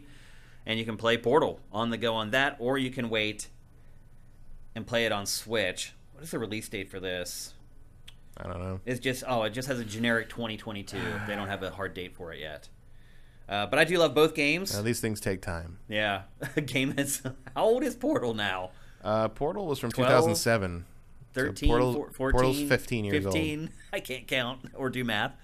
Wow, that's crazy, Matt. Portal is as old as Doom was when Portal came out. Wow, basically. That's trippy. Still, no other game like it. No. Still feels very fresh and innovative to play. Also very frustrating at times. Yeah, but also, like, I mean... very rewarding when you finally figure it out. I mean, the trick is that, like, you can't really duplicate... it's not like it's a difficult concept to be like, oh, I get what it... But, like, you have to have a level of skill as a game designer to make this and make it fun. And, like, that ain't easy. No. I feel like these levels may have been designed in reverse. It could have been, yeah. Sometimes when you do things like that, trying to create complex puzzles, it makes it easier to go backwards to do it. Yeah. But anyway, I don't have the mind for that. It's crazy that we're talking about Portal and Portal 2 in February of 2022. Yep. But that's what happens when you're talking about Nintendo. And Next up, you just need content. Yeah, pretty much. And here's another shocker to me, Matt. No Man's Sky. Yeah. Coming to Switch. Only 6 years later. But I can't even imagine what this game is going to look like or play like. I don't know. Looks okay. Well, this is actually not No Man's Sky on Switch. This is just... the video that they ran on the Direct looked okay. Yeah. I was surprised how... Well, I don't know. It felt like they didn't show elements of the game that would tip its hand as far as how it looks. I don't know. A lot of stuff is so randomly generated in that game. I just wonder how that's all going to work with the Switch. I mean, to be fair, it doesn't always work with the other That's systems true. either, That's a good point. And it definitely didn't work at first when it came out on the other platforms. I mean, it's a real nice looking game now. I don't know. You're probably not gonna have the bells and whistles and the ray tracing and all that. It looks real nice on PS5, but like, and PC. But like, yeah, it's not gonna look like that. But I bet it'll look like roughly like it did on the PS4. You think? Yeah, like Hello Games been working on this for a long time. I don't think they'd release it if it was. Yeah, they learned their lesson. Like, they're not going to release it until it's in some kind of state. I always think everyone learns their lessons, and then I find out that they did not. I think Sean learned it. Yeah, they definitely did, and we're rewarded for sticking with it. Yeah, ultimately. Like this is, and they're still putting stuff out for this thing. I know it's still new content coming. I think that was the plan all along, though. Yeah, which is why they were like, you know what, we've got to fix this. We can't just leave it the way it is because we have this huge plan for this game that's supposed to support our studio for the next decade or whatever.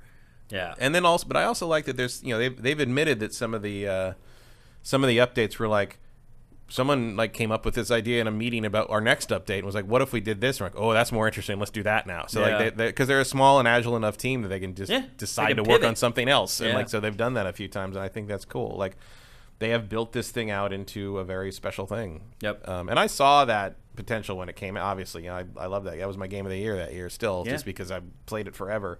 And now it's much, much, much better. Yeah, way better. It's more like a game now instead of a toy. Yeah, and it can still be a toy if you want it to be, but it can also, there's narrative to it. There's a really disturbing story in this thing. Like, similar to Kirby, it delves into cosmic horror and the nature of identity and the nature of being and reality, and whether we're, because like everyone kind of realizes that they're in a simulation, because you are kind of playing a traveler who is in a simulated universe, and everyone in the universe kind of has figured out that they're in a simulation and nothing matters, and it's like, and it's all through like very like kind of subtle things, and like, and it's basically a cosmic horror story. Yeah. And I'm like, that's not what you expect from that cover with the bright spaceship and the rainbow over the thing. It was like, all right. Like, yep. That one is also just has a generic summer release date. Next up, Cuphead coming to Switch. And everything. Yeah. And everything. Also a poorly this kept was secret. really good. But. Yeah. Cuphead TV show launches on Friday, I believe, on Netflix. Reviews for that have been up and down. Yeah, I mean, it's an acquired taste, I think. Yeah. Would you play Cuphead again, Matt? I would Probably not. I wouldn't. That's another one of those Especially games. since the new DLC is sort of like, it's just like, here's even harder stuff. I'm like, I was okay with what you had before. Yeah. I like that they're adding a female cup. Yeah. That's fun. I would play a new one, but I would not play Cuphead 1 again. Yeah. I might play. I might play like co-op with someone else who hadn't played it. Yeah. But like, just go through it again on my own for no. Yeah. I mean, I really do like how it looks, but I just watch a video. Like at that point, yeah. like, I'll watch a video of someone who just knows how to do it perfectly. Basically. Yeah. And then the rest of the games I'm going to go through very quickly because they're smaller things. But if anything catches your ear and you want to talk about it, let me know, Matt. Star Wars: The Force Unleashed, Assassin's Creed: The Ezio Collection, a new Taiko drum game, and I'm going to totally butcher this name. Taiko no Tatsujin Rhythm Festival.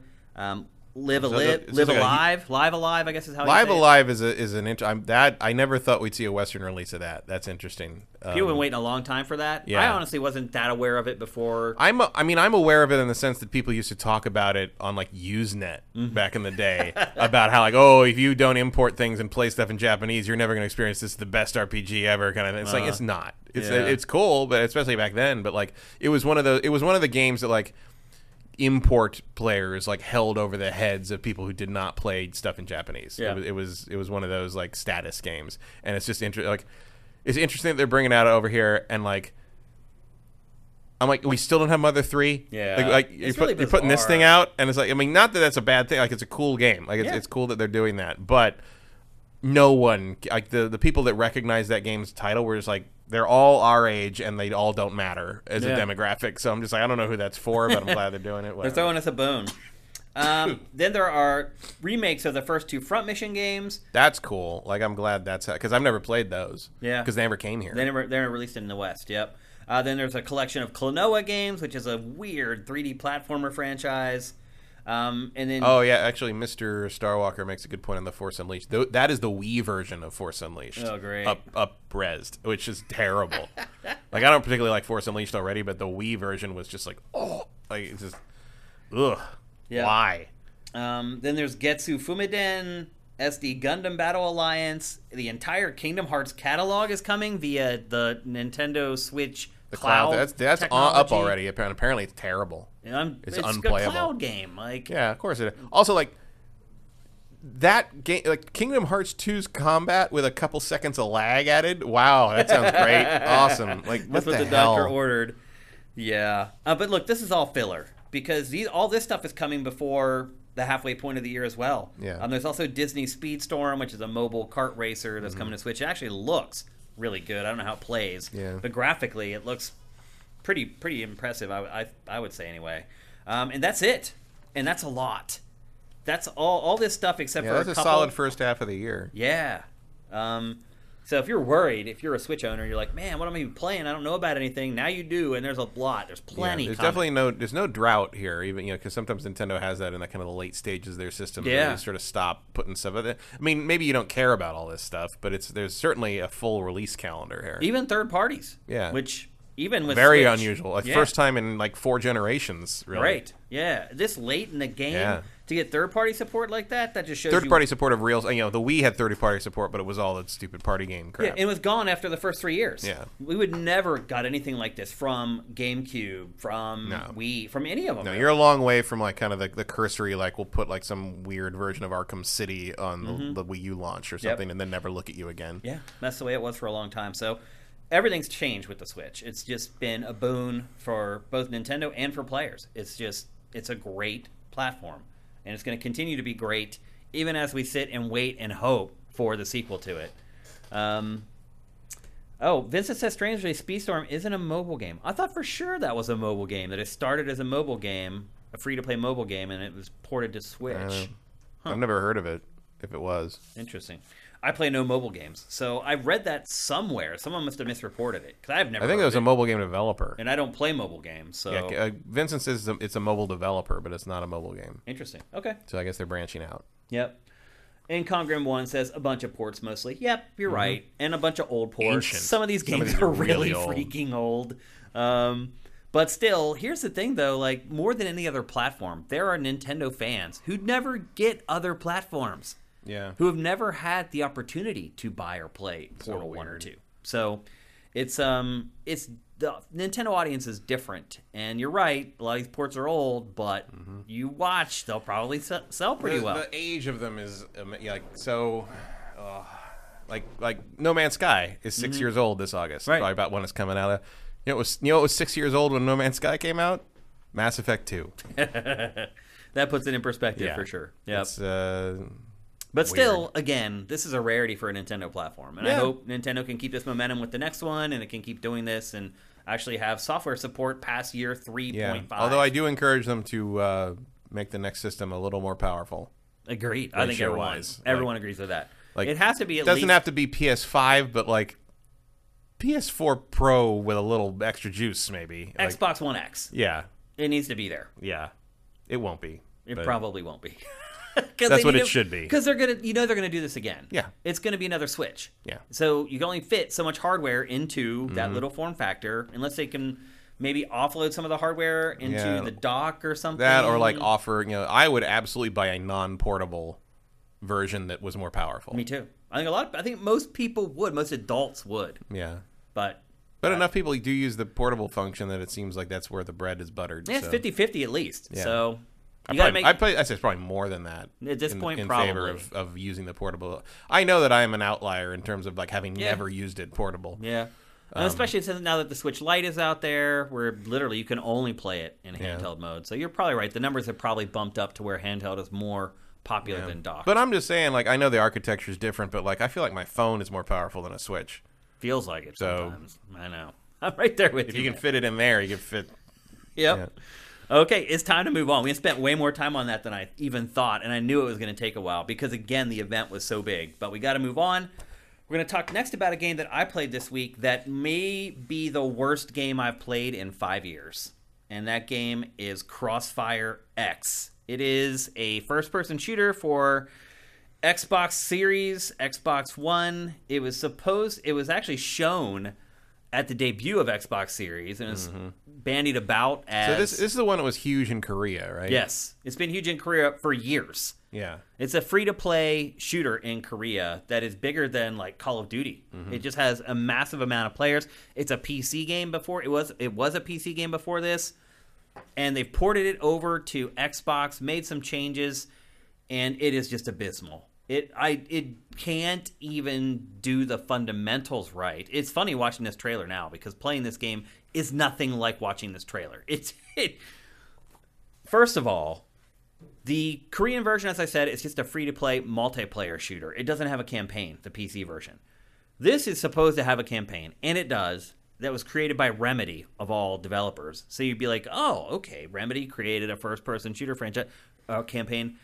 If you play this on Game Pass, you can't play the campaign. It's broken.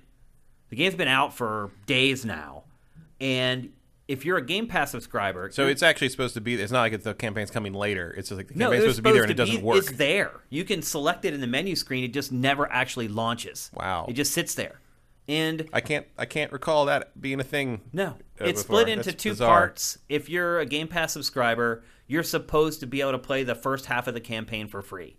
And you cannot play it still. You can buy it, but you can't play it for free. And they're there. Like, you can play the campaign if you want to spend money. And I think they're like $8.99 per half of the campaign. But if you go on Game Pass where you're supposed to get the first half of the campaign for free, it's still not there. I have no idea why they can't turn it on. Yeah, that feels like a switch you should be able to just flip. It's insane. And the developers are on Twitter every day saying, oh, we're working on it. I'm like, what do you mean you're working on it? It should take an hour to get it to work. Because like if you buy it, you can just play. It works that way. Okay, so like it feels like that should just be a flip. Oh, there are reviews for the campaign out there, and the reviews say it's abysmal. Oh, Sleeping Psychologist says it's fixed now. I just tried it last night. He said he played the campaign for free today. It's fixed. Wow. So today it finally fixed. Yeah. Yeah. So today they finally fixed it. I tried to play it last night at 11 p.m. and it wouldn't work.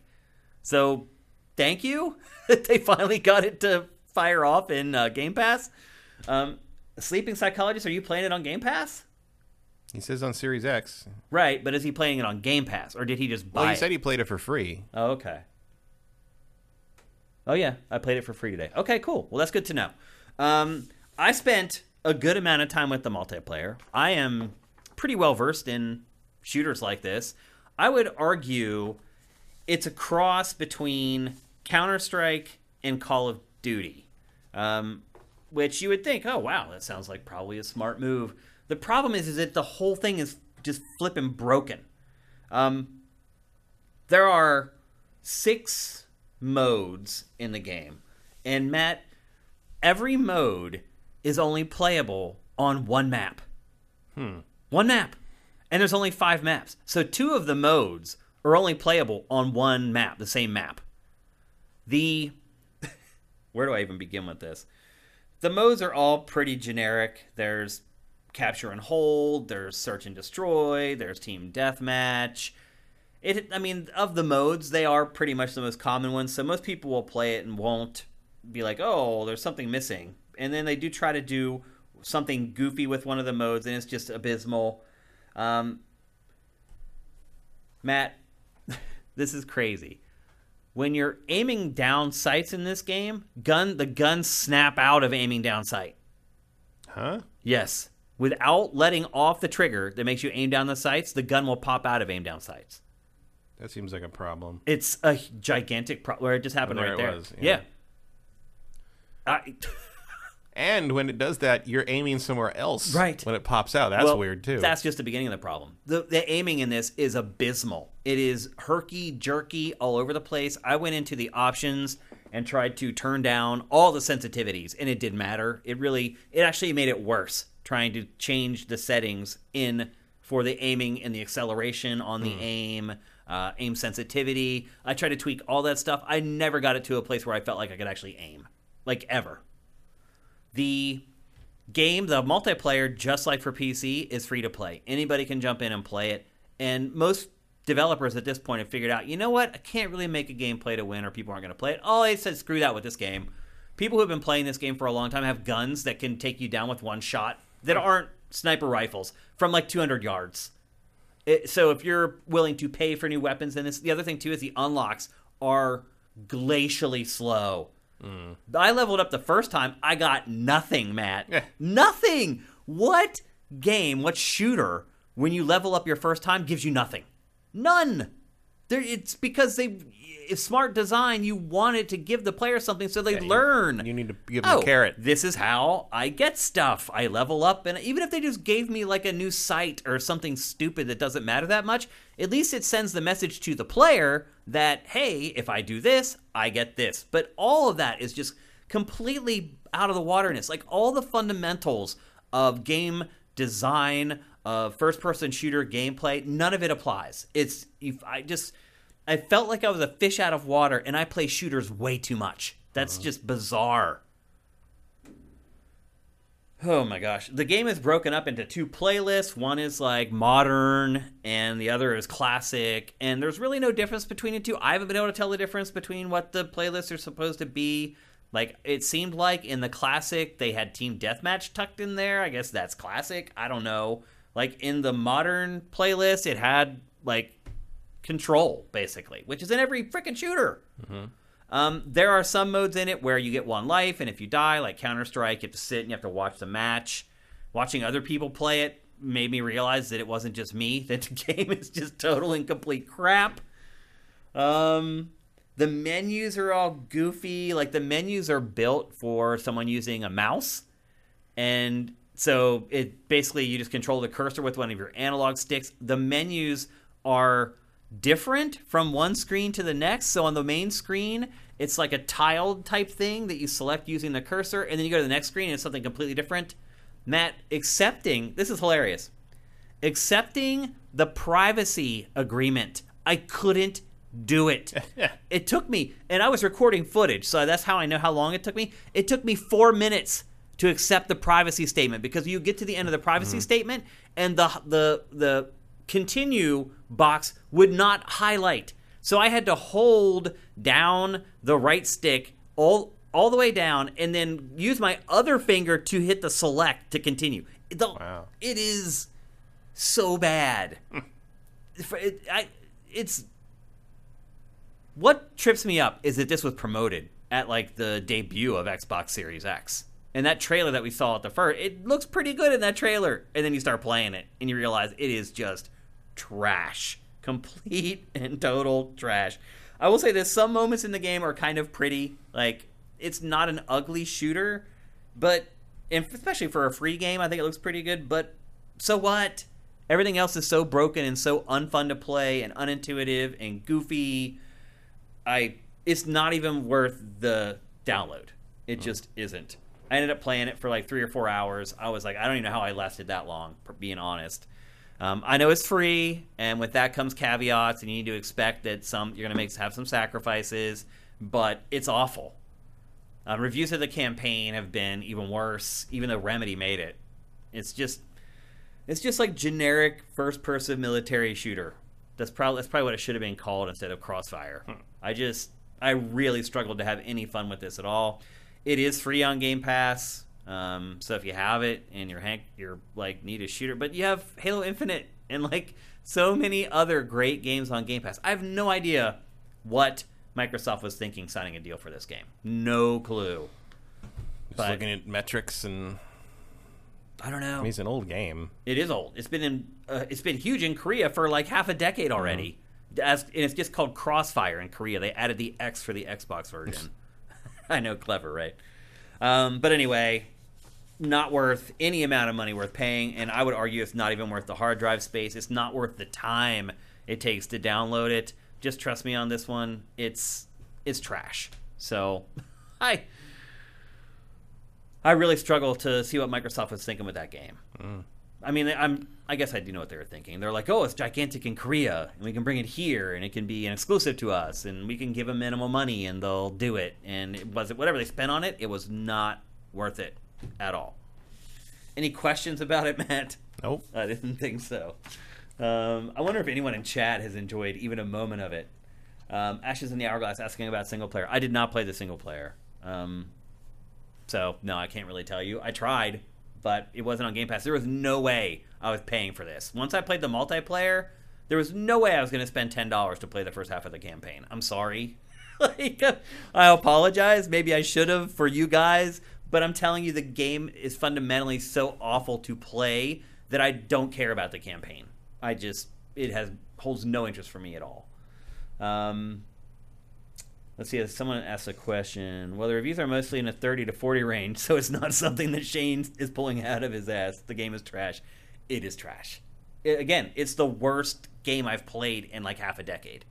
And again, actually, Balan Wonderworld, that's actually a good like death match.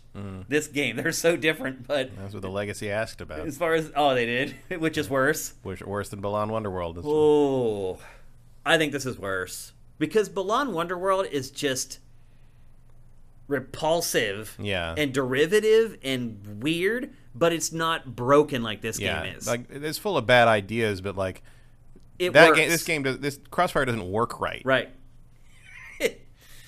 Lordy, I don't know what Microsoft was thinking signing that one, but there you go. That's CrossfireX. Stay far, far away. Next up, it was a slow week. Not slow for me, but it was a slow week in games. And Vincent offered to chip in and play a game. I would not say jump on a grenade. I hate to use that phrase. But he offered to play a game that was one of the bigger releases of the week that I just did not have time to get to. And neither did Matt. It is a game called Lost Ark. It is a MMO RPG published by Amazon, but developed by someone else. And he decided to spend some time playing it, and here is his report.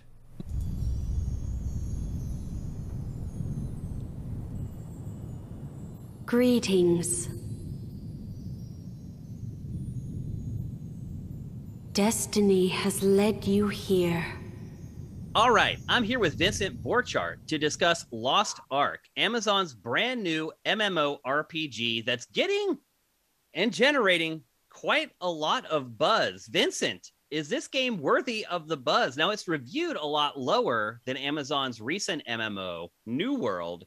Why do you think that this game is getting so much more interest and bringing in so many more players than New World did? It's free to play and New World wasn't. Ah. That's a simple answer. But the reason why both New World and Lost Ark are getting a ton of attention is because Amazon's paying every influencer that they know to play it early and do stuff with it. So you think influencers have been paid marketing dollars to play the game, and therefore that's why it's generating a lot of buzz? Yeah, at least initially. And do you think that the game itself has managed to keep people around? Because I saw it set like a Steam concurrent user record, right? Yeah, like over 1.3 million people playing it at once. Wow, that's amazing, and shocking. In all honesty, it's so funny how we've made fun of Amazon's attempts at making video games all this time, and it's managed to squeeze out 2 kind of hits here in the last couple of months. Yeah, the question is how much it'll sustain that, because I know like New World was like under half of its numbers. I saw that headline recently. Yeah, New World's numbers definitely fell off pretty quickly. I think a lot of that was due to a lack of new content. Players played through all the content pretty quickly and then had nothing to turn to after that. But this game is also different than New World in most MMORPGs, right? It doesn't have the typical MMO combat, right? Yeah, it's more like a Diablo clone than it is like a typical MMO. So it's played from an isometric perspective, I'm assuming. Yeah, isometric. You would just attack enemies with different skills. It's all action-based. All real time. Yeah. And is like other games of Diablo's ilk, is there a lot of kiting and things like that while you're playing, where you're just trying to keep that distance between the hordes? Are there hordes, or is it more... Yeah, there are lots of hordes of enemies. Okay. And so is the combat driven by like kiting and kind of keeping your distance and things like that? Yeah, I assume that's part of it. I'm playing a ranged character, so I don't know how the difference would be for the melee characters, but... Well, you still got to kite with a ranged character. In fact, it's probably more crucial to kite with ranged characters because their health point or their hit points are generally pretty low. You can't really get caught up in the mob, or it'll end pretty quickly, right? Supposedly, though, it's been pretty easy so far. How many hours have you spent with this so far, Vincent? I'm about 11 hours in. Okay, that's a healthy amount. And how does the game work? Actually, maybe start with the plot or the setup behind the game. Is there a plot? Yeah, there's a plot. So from what I gather, there's a legend of an ancient war between the humans and the demons, and it was stopped with this mythical ark thingy, and now it seems like that war is going to happen again, so you need to recover the pieces of the ark, and that's what's guiding you through this quest, at least high level. Okay.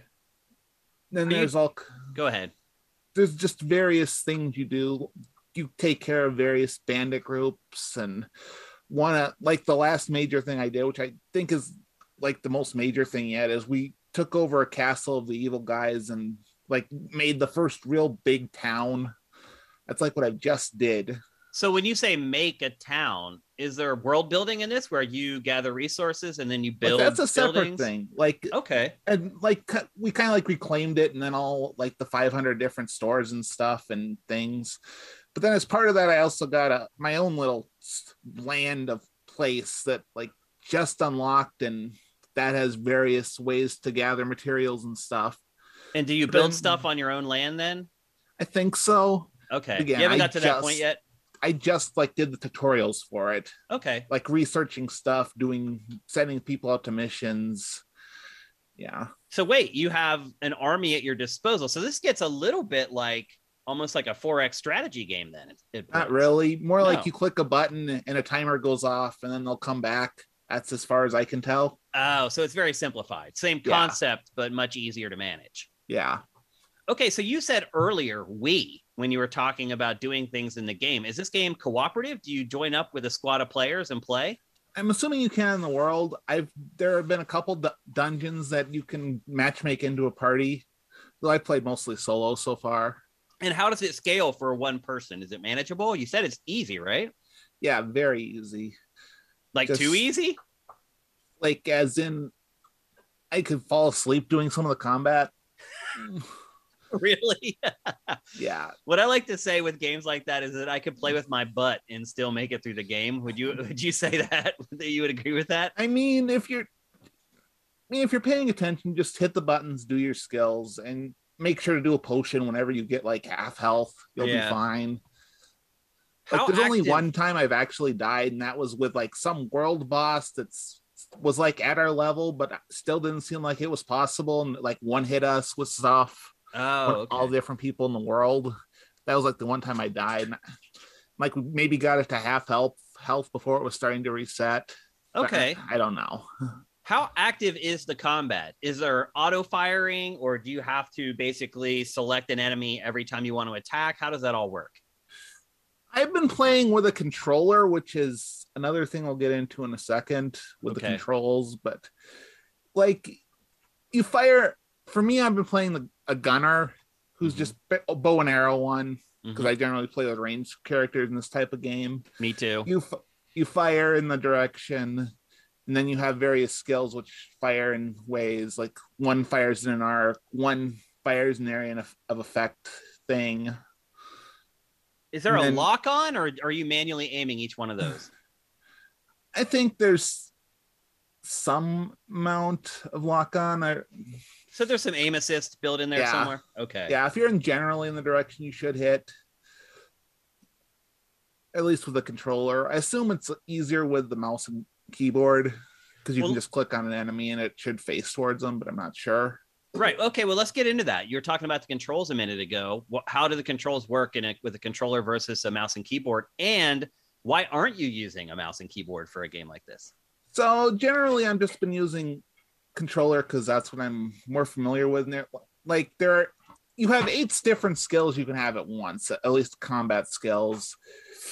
QWER, ASDF, and then on the controller, those are assigned to holding like left bumper and one of the face buttons, and left trigger and one of the face buttons. I just found it easier. So there's modifiers on the control scheme. Okay. And then on the other side, you have potions and stuff are right bumper and right trigger.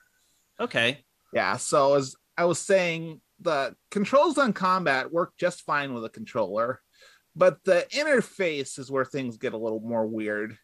First of all, the tutorials all say like all want you to go with the keyboard things, even when you say you're using a gamepad. No, so it doesn't change the in-game tooltips based upon. The tooltips work, but the tutorial message is like when you first learn how to do something, I want you to do it with the keyboard.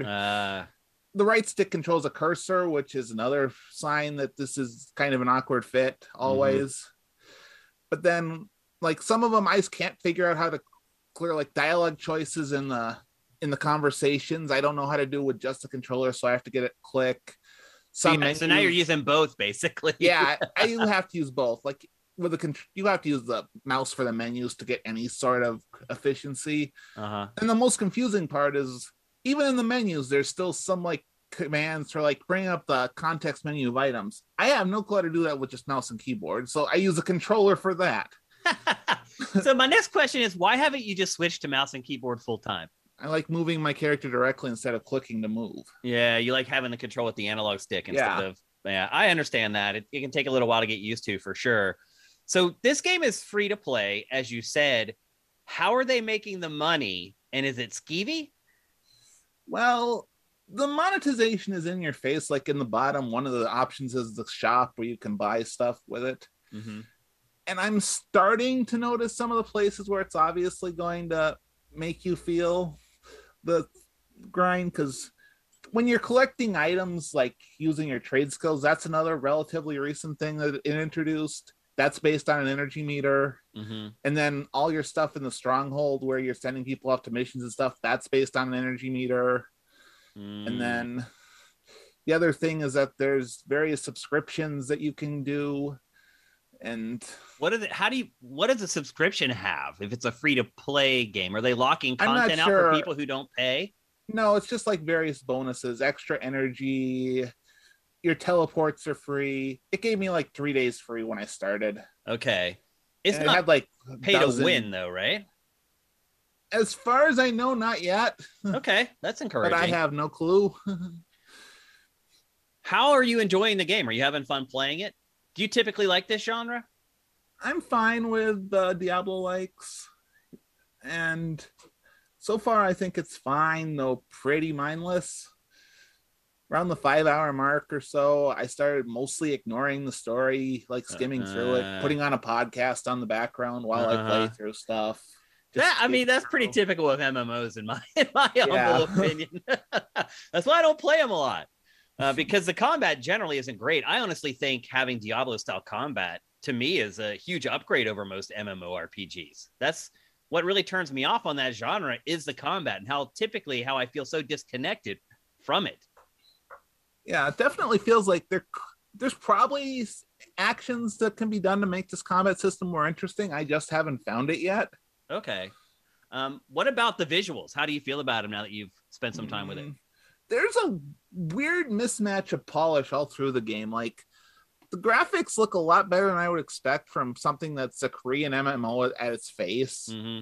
Partly because it's relatively recent. It launched in Korea December 2019, so it's only about 2 years old. Yeah, we should have mentioned that earlier, actually, that Amazon did not develop this. Unlike New World, which it Yeah. created in house, this is a game that is just basically licensed from Korea.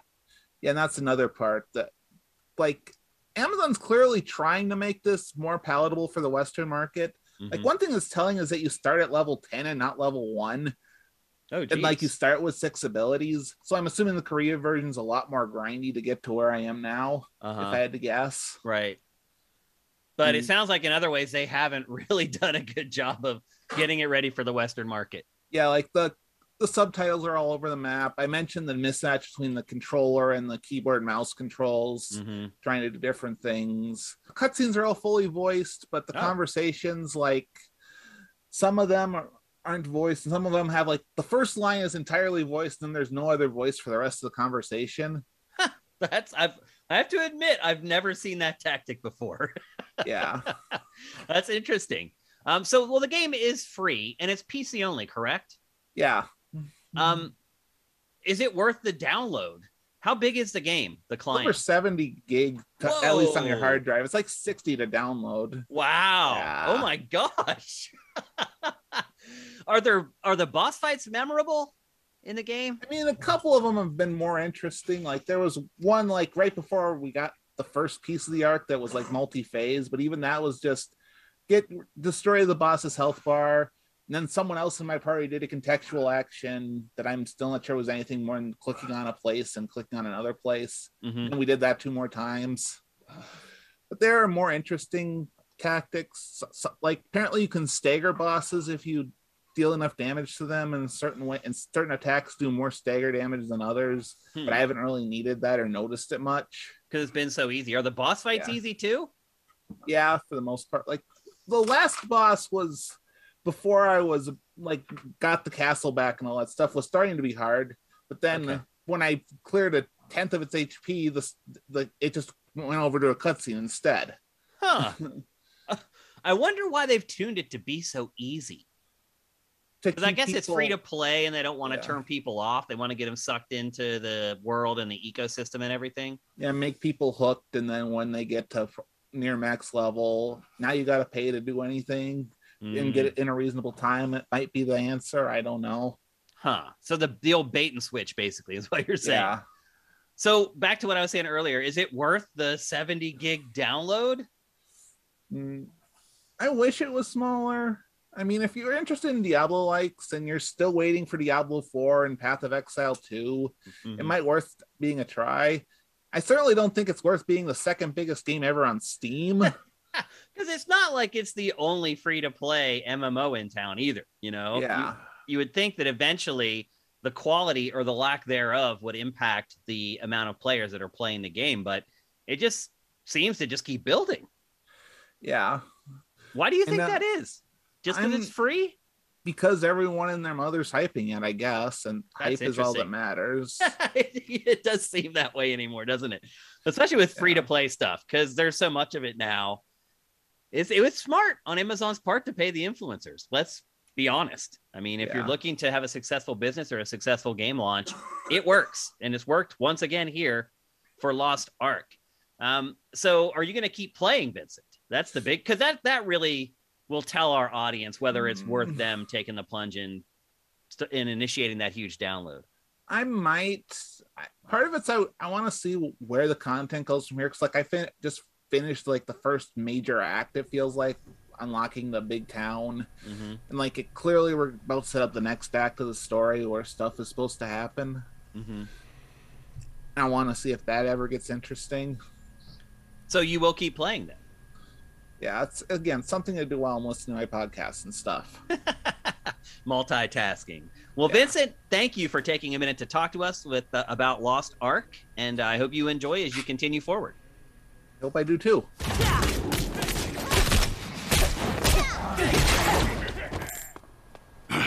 We almost died!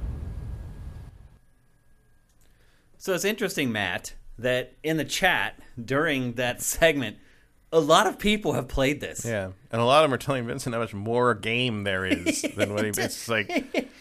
He's like, oh, no, you need 7 arcs. And he's like, oh, I don't even have 1. It's just like, oh, this game is here. And they've only released Tier 1 here, and Tier 2 and 3 are coming. It's like, the game's got a lot of content if you want to. Was done really well. So Amazon put out New World. Was it a month and a half ago now?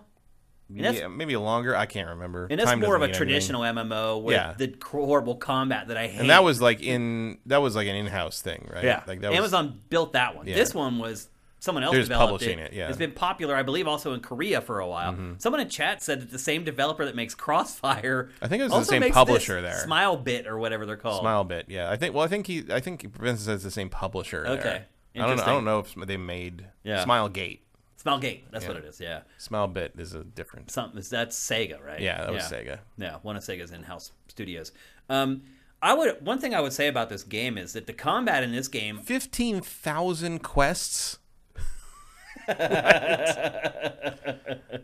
Queues. Okay. I was like, queues for some server to get into the server. Okay, I was like, there are 15,000 quests. No, I'm not doing that. They had over 1 million concurrents playing this game. It is free to play, obviously, and that helps. But I mean, there's tons of free to play games out there that don't do that kind of numbers. And I would argue, like, I would rather play an MMO like this that has Diablo's combat than the chunky, clunky hack. Like, I don't like MMOs because of the combat. I'm okay with Diablo-style combat. Yeah. So I did say someone else say it is pay to win, in fact. So yeah, I mean, but now that I played Crossfire, I can totally see why that developer is known for that. Yeah. So are you interested in that at all, Matt? I know right now it's a tough time to play a game like that. I mean, if it was a duller time, like if it was a drought, maybe one day I'll take a look because I do like. I played a lot of Path of Exile and Grim Dawn and stuff. I do like that style of game. Like this. Yeah, Marvel Heroes. Wish that would come back. I mean, some of those are not really MMOs, but they were lots of people in a lobby really as well. But no, like I enjoy that kind of gameplay, and the Diablo games are few and far between. So I could see myself trying it just to see if we hit a summer with no major releases for a while. Okay. Yeah, right now it's a tough time for me to play something like this, but I'll kind of put a tag on it in my mind and maybe come back to it later on when things get a little slower. But right now, there's too many big games to play, unfortunately, for me to dive in. But I do thank Vincent for taking the time to play it. It is a big game. Like, as I said, over 1 million concurrents right now. I saw someone in the chat was saying that they had hit 1.3, and now it's back to 1 million or whatever. That's still a ton of people. There's so many free-to-play games that come out that never get that kind of traction. So Amazon's marketing is certainly working. Vincent in the segment mentioned that a lot of influencers have been playing it. That works apparently. It gets people to go and try the game. Works. I mean, it gets people to at least try it. Then it's up to the game to keep people there and keep them hooked. And if it is indeed pay to win, I would say that probably won't last all that long. Mo Abyss, thank you for Twitch Prime, man. That's awesome. Thank you. Okay, let's move on. We're going to talk once again about Activision Blizzard, because this is a story that just keeps morphing and giving us new information as time goes on. And in the past week, we've learned that not only will the next couple Call of Duties and next couple kind of Activision Blizzard games will be released on PlayStation, now it appears that most of Activision Blizzard's IP will continue to be published on other platforms in perpetuity. It does seem to be what they're saying now. Yeah, and the latest episode of Pactor Factor that we just put up, I guess it was on Friday, I believe, he talks about this, and it's a great episode. It's one of the longest episodes of Pactor Factor ever. It's like 20-some minutes. And if you know, for one topic, that's a lot for a Pactor to talk about something, and it's great. You should definitely watch it. But he basically says that Microsoft is, as the lower third says, covering its ass because it wants to try to avoid having these checks and balances even be a part of the process. So it's trying to head it all off at the pass. So it thinks that if it says publicly over and over again that these franchises are not just going to, the next couple, are going to continue to come to other platforms, that maybe the FTC and these other regulatory bodies will leave it alone and just let the sale go through. Because right now, Microsoft's biggest fear is that the sale gets blocked. As we just saw with NVIDIA and ARM, that was an $80 billion deal that was sacked by the FTC. And I mean, it's a different thing, I think, because you're talking about owning the manufacturers who make the chips that their competition needs to make their own products. Whereas but there is sort of, I think the concern here is like, judges and lawmakers and such are so bad at understanding tech stuff and game stuff, you could easily confuse them into thinking that if they have Call of Duty, no one can play video games again. Kind of, they just don't get it. Per se, really. Yeah, it should be an open and shut. Call of Duty is an IP; it's an idea. There is no such thing as a monopoly of ideas. This shouldn't even be a question outside of the size of the deal.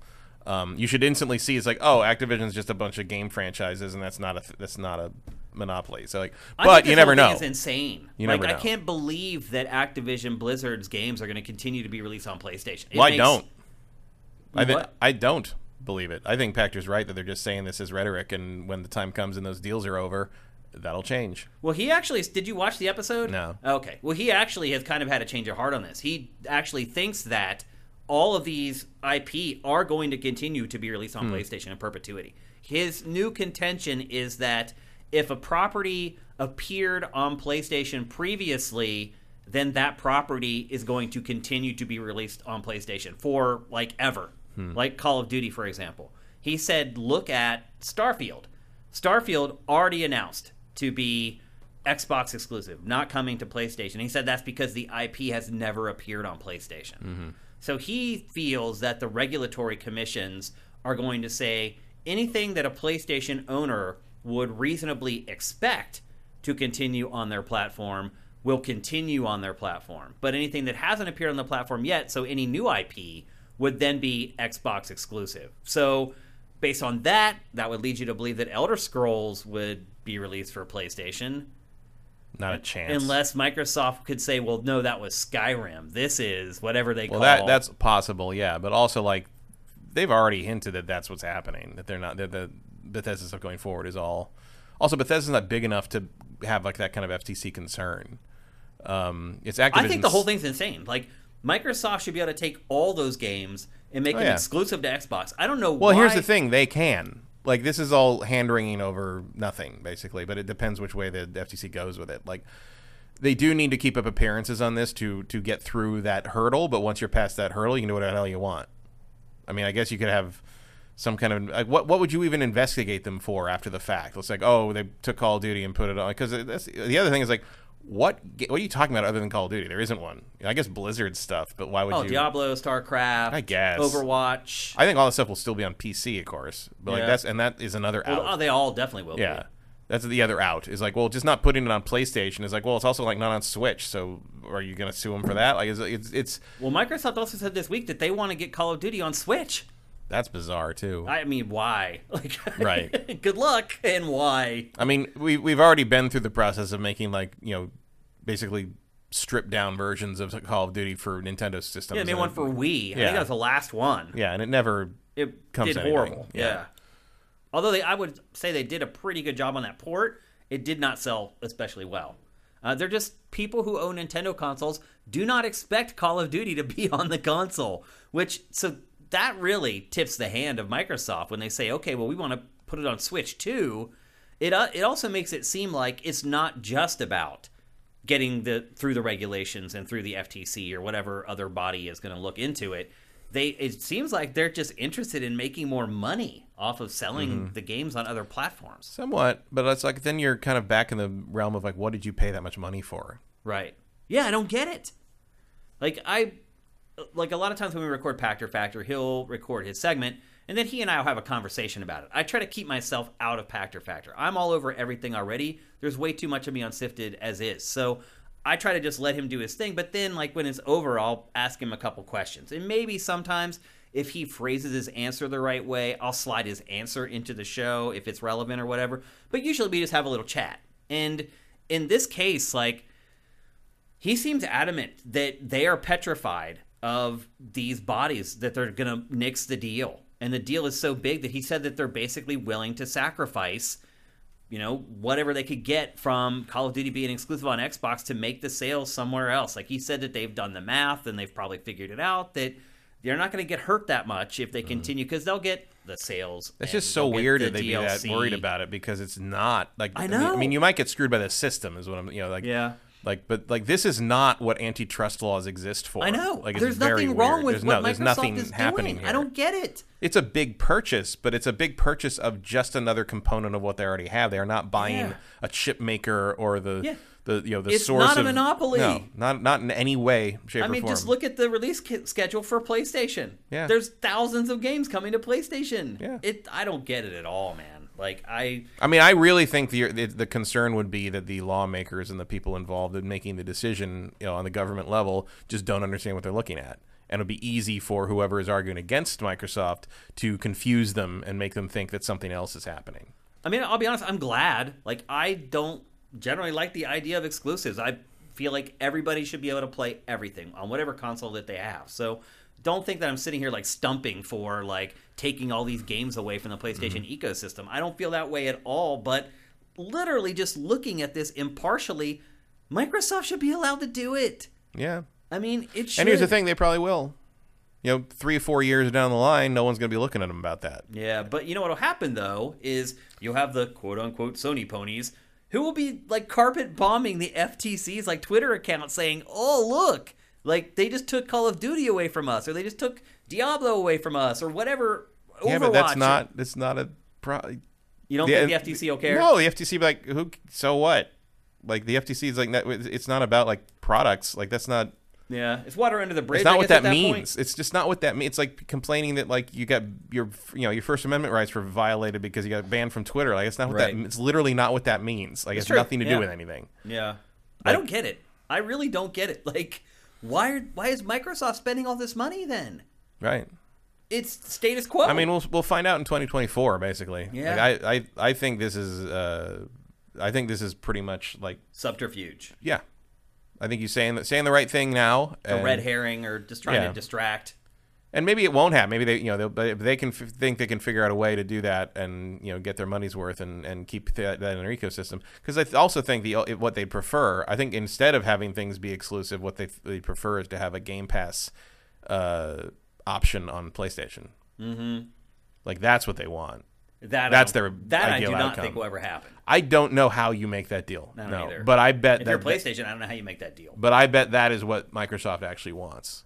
Like in the end, like they would rather have a cut than, and beyond sales, I think they'd rather have a cut of pulling people into that subscription all the money from world. Warzone on PlayStation, all those microtransactions. My bet is that Warzone is what they're talking about for Switch.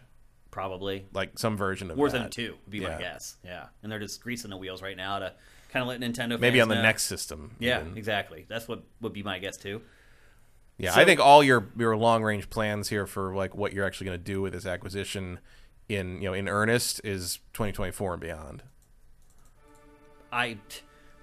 It's the whole thing to me is just dumbfounding. It's like, how do you spend that much money and not get what you're paying for? Well, we don't quite know what they wanted from it. I guess that's a good point. Yeah, maybe we've just been projecting this onto Microsoft all this time and assuming that's what it wanted. But maybe this is the plan that it wanted all along. Yeah, like my assumption is that they want more leverage for Game Pass, and that's has been their focus for a long time, and they want that subscription money rolling in every month, and that's more important to them than selling a bunch of copies of a game once a year. Yeah.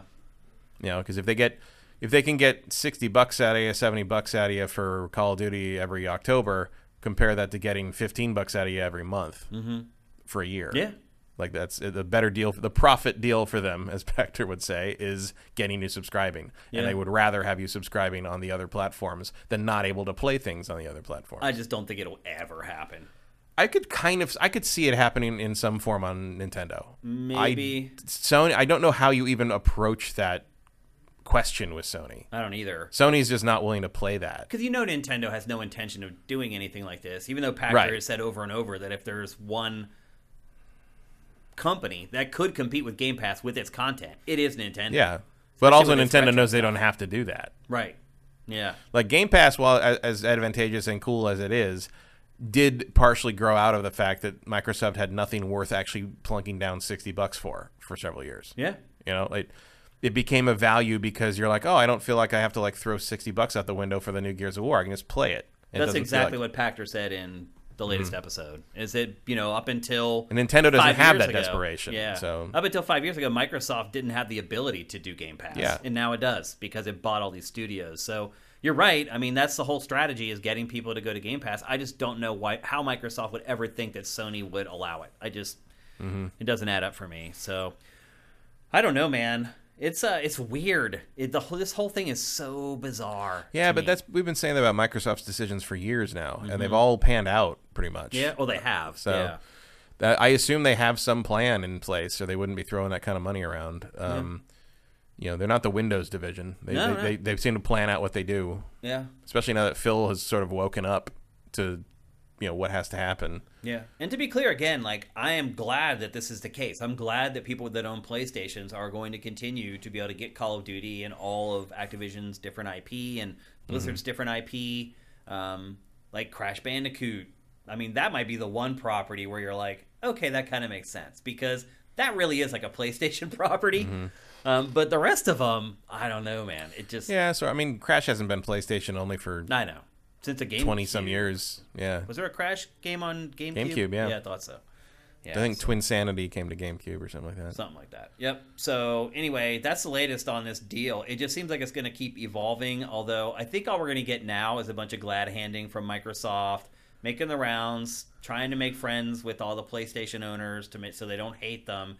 Because that's really what Microsoft has to be careful about, right? Yeah. Is making enemies of PlayStation fans or owners. Yeah, but but they can still sort of not manipulate, but they can create an environment in the market where like the subscription idea is sort of the default, and Sony can't really compete with that. Yeah. Like, you're basically going to put Sony in the same position Nintendo was in like 15 years ago, where it's like we've got really strong first-party stuff, and everything you can play on the other systems is technically here, but the value for your money is elsewhere. Yeah. And at that point, you're basically talking about bleeding Sony slowly over the course of like 2 generations and seeing where they end up. I mean, I don't think there's any denying that what Microsoft is doing is playing the long game. Yeah. Microsoft always has. It goes back to the early 90s or late 90s when the Xbox project was born, where Bill Gates literally came to them and said, we need to own that space, and I don't care how long it takes to do it, and or how much it costs. And even with Bill Gates' departure from Microsoft, that philosophy seems to have continued to drive the Xbox department, like that, or the division. Like, it's like, this is part of that. Like, Microsoft, they've had to pivot several times, and they've had to change their strategy the last 10 years, but like, they came up with something new, and it seems to be working. It's definitely working, and it's not. And clearly, the bosses of the high level Microsoft people are willing to throw money and power behind this, and they think it's worth it. Yeah. So, because there was a time during the Xbox One period where everyone was kind of speculating. It's like, is it time to throw in the towel on the Xbox? Like, is that can you ever come back from this? And the answer turns out to be yes. Yeah, you can. Looks like if you have enough money. If you can throw money at the problem until it goes away, like, yes, that's. I mean, money is everything, honestly. Yep. It really is. If you have deep pockets, man, you can persevere through almost anything. Yep. I mean, you can market your way out of holes. Like, that's what's been the struggle with me for Sifted, is I have no marketing money. So it's like everything that we do has to be spread by word of mouth, or the free marketing that you used to be able to get on social media that you can't get anymore. Yeah, like it's like Liz Taylor says to James Dean in Giant, money isn't everything, Jet. And he says, not when you got it. Yeah, exactly. Yeah. Like, I don't even know if you've noticed, but like even just a personal post on Facebook or even some of your tweets on Twitter, like every time I go to post something on Facebook, it asks me if I want to pay to boost the post. I'll be like, hey, Mom, like, what's up with blah, blah, blah? And they're asking me if I want to spend $20 to make sure more people see it. Like, at the end of the week, they give you a report on Facebook. What percentage of your audience did you reach with your posts on your sifted Facebook account? And we never are over 8%. So we're promoting stuff, saying, hey, here's a new episode of this. Here's this new show we're launching. 8% of our followers on Facebook ever see it unless we pay. And that's just the way it is anymore. The free lunch on social media marketing is over. So you have to have money now to market something. And if you don't have it, it's a tough grind, as I have learned firsthand. All right, let's move on. On Good Morning Gaming over the last week, I talked about a topic, Matt, that maybe you're familiar with, the video game Zombie. The video game that is canceled and then revived. Will not go away. What will not go? Will not go away. And what I did, I actually did a little research when I discussed the topic on the show, and what I found is that most games that were canceled and then revived ended up being good and doing quite well financially. Obviously, the one lone exception would be Duke Nukem Forever.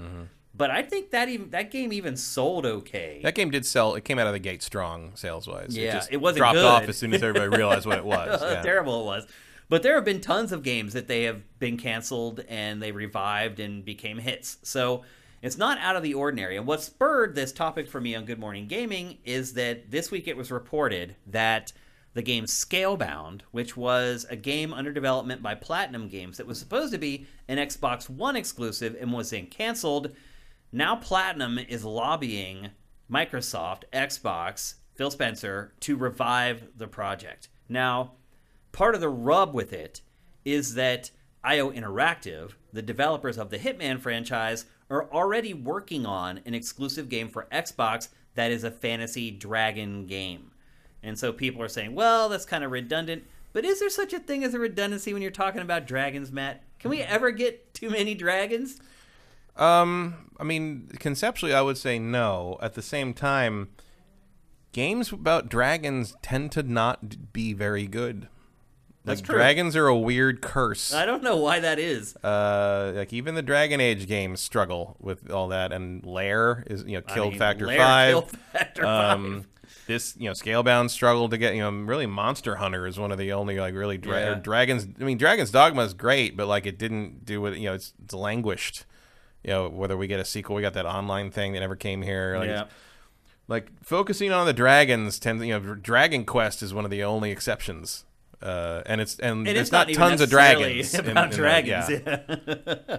Not like this game was. In this game, you'll see in the B-roll here, and I'm glad that I've kept it all this time because there were points where I had to purge B-roll from our TriCaster, and this game was sitting there, and I was like, should I delete it? And I was like, no, I'll keep it there. And here we are running it again years later.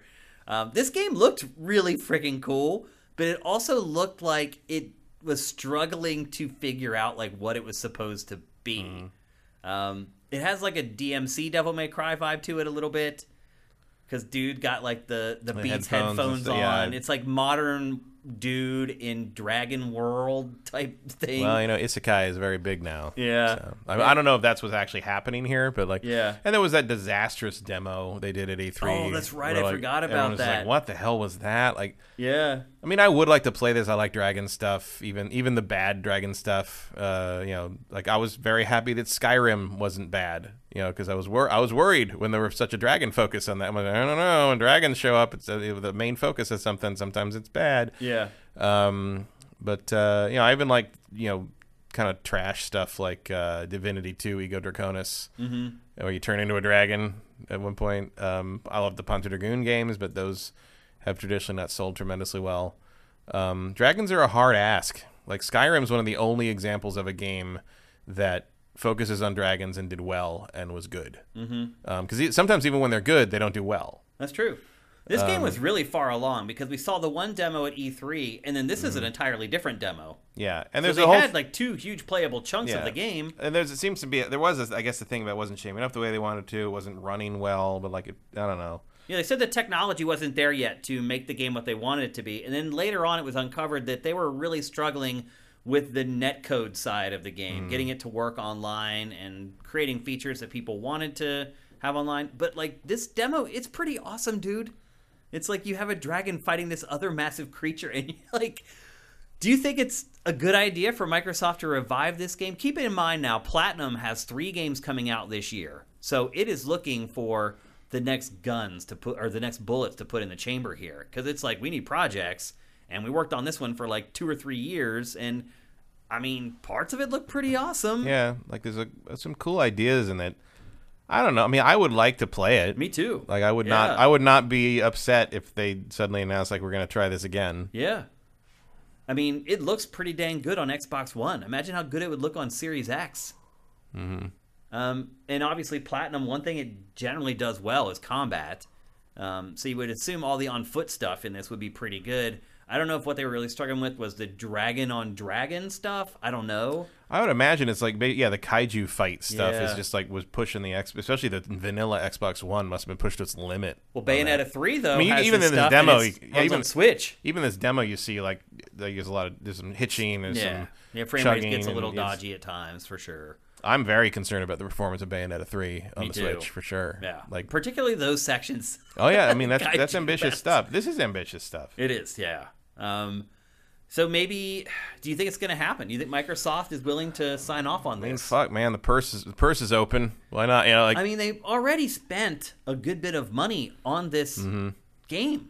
Like, why would you not at this point try to recoup your investment at least a little bit? I mean, coming back at it, with some fresh eyes and sort of be like, okay, like we know what went wrong, and let's figure this out, sort of thing. Like it could work. It could work. I think it totally could work. I'm wondering if people in chat are interested in Automod is picking up some weird stuff here. Automod just held a message because Emperor Dread said the big monster / little person dynamic was directly translated to Bayonetta 3. Yeah, and it's a held message for reasons sex-based terms. Big monster? Actually, let's just flip to this, right, so everyone can see it. What? Oh, it's gone now. Oh. Because Vincent let him post. It was like, I mean, I guess, but if you're gonna say big and little or sex terms now, we're pigeonholing the language. Yeah. Yeah, I think this project still makes sense today. I think it's still relevant today. I don't think it looks old or antiquated because if you get this thing up, you get some more graphical modern bells and whistles on it, and like get these giant monster fights working. Like there's nothing really anything else like that out there. Like it's still a unique thing. No matter what IO's working on, how dirty would it be if IO Interactive was just doing their own version of it? Right.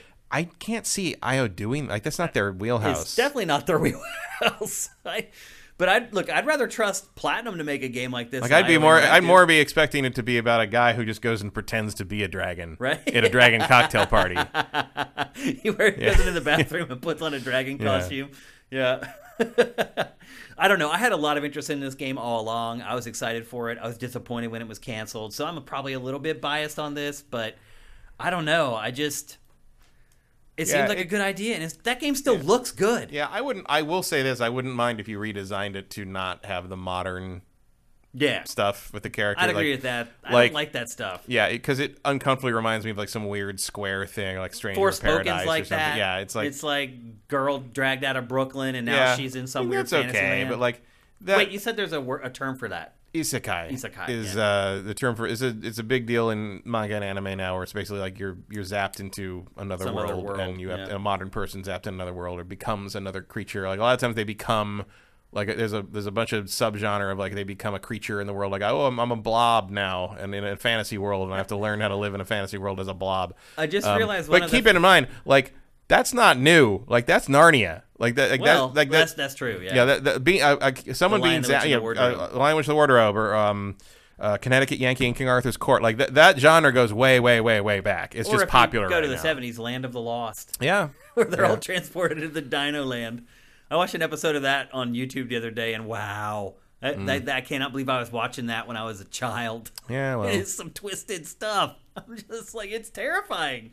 The Schley stacks, I'm like, Yeah. I can't believe my parents would let me watch that crap. It's nuts. So anyway, are you rooting for it to happen, Matt? I wouldn't mind if it happened. Yeah. I'm also kind of okay in a world without Scalebound in it, but like I wouldn't mind playing that. I wouldn't mind seeing what it was supposed to be. Me too. And maybe I'd like to know what IO's thing is first to see if it Yeah. would fill the same niche sort of thing. But like, I don't know. Like, I'm never gonna say no to dragons. Like, but Lair I'm always, sucked. Yeah. I hated playing Lair. But Lair didn't have to suck. Like, the idea of a rogue squadron with dragons should that's a very easy elevator pitch for me. You know. But what I found with flying the dragons just felt off. Yeah, It well, just part of it was wasn't because they fun. had to design them to be flown with the DualSense. Right. Like, that was, That's right. They were pushing it so hard then. there was no analog control until like 4 months later or something, and they had to fight Sony to let them do that. Like, they didn't want to, it was terrible. It's terrible because it killed an amazing Killed Factor development 5. It was studio. a really great, An amazing development studio. yeah. It's awful. Who, along with Angel Studios, revolutionized video and audio on the N64. Yep. Let's take a look at what people are saying about Scalebound here in chat. Let's see. 6-axis. That was the name of that stupid controller. Delfino, get rid of the headphones though. Yep. Yeah. Annie T. Just Monahan, make everybody 6-axis from the killed world. Like, I don't need all this modern stuff. it. I don't like how they're coming across as desperate. I don't think that's that, but those repeated pokes to Spencer are a bit, So Delfino's talking about how Platinum released official statements basically saying, like, come on, Phil, like, what's the deal? Like, this game was so far along, like, why wouldn't you agree to this type of stuff? They were being a little heavy-handed about it, and there he's right. They did seem a little desperate, which goes back to what I was saying about how they have 3 games that are about to come out, and they're like, need what new are we projects. working on next? Yeah. Especially because like nothing Platinum makes really sets the charts on fire. No. Even good, they're good stuff. ETH Demon says, it came out today that the co-op, which was blamed on Microsoft, was in fact Platinum's idea for Scalebound. Okay. Which is also interesting because Platinum doesn't do a lot of co-op. Yeah. Yeah, I mean, they don't do a lot of online anything. No. Babylon's Fall is going to be a networked game. We'll see how that And maybe if out. Babylon's Fall is working well, that's sort of part of this move. Is like, look what we can do now, and we won't Yeah. we won't have that problem now because we learned what to do. Nolan Elric says, make it a Game of Thrones licensed game. I don't know about that. They'd have to completely redo the game at that point. Yeah, there'd be a lot of redoing there. Yeah, there's no way to just shoehorn in Game of Thrones into that. Redesign the main character too, please. He is a little generic, but I don't think he's bad. I've seen a lot worse. Delfino says Scalebound revival all the way. And then here's Emperor Dread's comment that got picked up by the auto mod. The big monster little person dynamic was directly translated to Bayonetta 3. Yeah. And I think he's right. Like, do you think that they took what was in Scalebound and then just brought it over to Bayonetta? I mean, it's definitely similar. Yeah. A little too close for comfort, maybe. I mean, I don't think Scalebound owns the patent on. No. I mean, that's basically just Johnny Sacco and his giant robot. I mean, it feels like in the last year we've had like 4 little person big world games. So yeah. But they all pale compared to Robot Alchemic Drive. So rad. All right, let's move on. a robot killed grandma. We're gonna Where's talk that next? game. Bring that game back. I'll buy that on PlayStation Network. How about that? I want to play Robot Alchemic Drive again. Well, Matt, this week once again, Assassin's Creed, the new Assassin's Creed game was leaked. Yeah, it happens. It definitely happens every time it happens. So yeah, the next Assassin's Creed game is called Assassin's Creed Rift. It is, and this is reportedly, it is going to be more stealth-based, stealth-driven from the last couple of Assassin's Creed games. They also said it was going to be a smaller project. It isn't going to be this gigantic, sprawling open world like we've had, honestly, for the last 3. Yeah, Ever since the Origin. Ancient Trilogy, as they call it. Yeah. How do you feel about that? To a more tight, more concise Assassin's Creed experience that goes back maybe a little bit to the original concept, where it's more about stealth and sneaking around. Yeah, we are bumping up against the original timeline now. Yeah. So I don't know. I mean, I'll play anything with the Assassin's Creed name on it. too. Really. I'm going to definitely play it. It's our job to play every Assassin's Creed. That's one franchise you cannot avoid if you want to do this as a vocation. But I would still play them even without that. But yeah, we'll see. I mean, I'm curious what it's going to be. Rift makes it sound like they're going to be jumping time periods a lot. And when you say that, do you mean jumping historical time periods, or jumping from the past to the present? Maybe both. Both. I think partly because I wonder if they're leaning on the idea that you can, like they've done in the last 3 games, they've really leaned into even with the new DLC for for Valhalla, the Ragnarok DLC is like leaning into the mythology stuff, like kind of the idea of mythology being, reinterpreted stories of what happened to the people that had the first people blood and the basically the ancient aliens thing, and like. There's a line of people that are essentially demigods because they're descended from these first civilization people, and all the Norse gods, all the Egyptian gods, all the Greek gods. That was what that was. So like you could jump back and forth. They were even pushing that with like the crossover they did with Cassandra and Ivor they added new content to Odyssey, for God's sake. Yeah, it's crazy. It's so that they're definitely leaning hard on that. And you've got Cassandra living in the modern times, so you've got a thread there. That's true. The idea that you can kind of jump through time periods, both with the Animus and just in the sense that some of these characters are essentially immortal, is interesting. And we still haven't gotten to the point where we know, because Ivor's remains are found in America at the beginning of Valhalla. So we still don't know how Ivor. Yeah, how does that work? So we still know how Ivor ends up in America, right? Because the Vikings did come to North America, but we haven't seen that part of her story yet. That's true. Yeah, I forgot about that they came here. Yeah. Long before Columbus. They were here forever.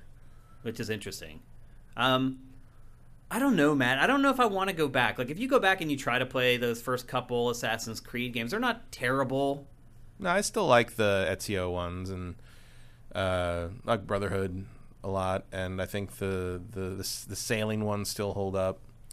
But they are kind of, I don't think they're going to go back to that kind of gameplay where there was it feels a little restrictive now.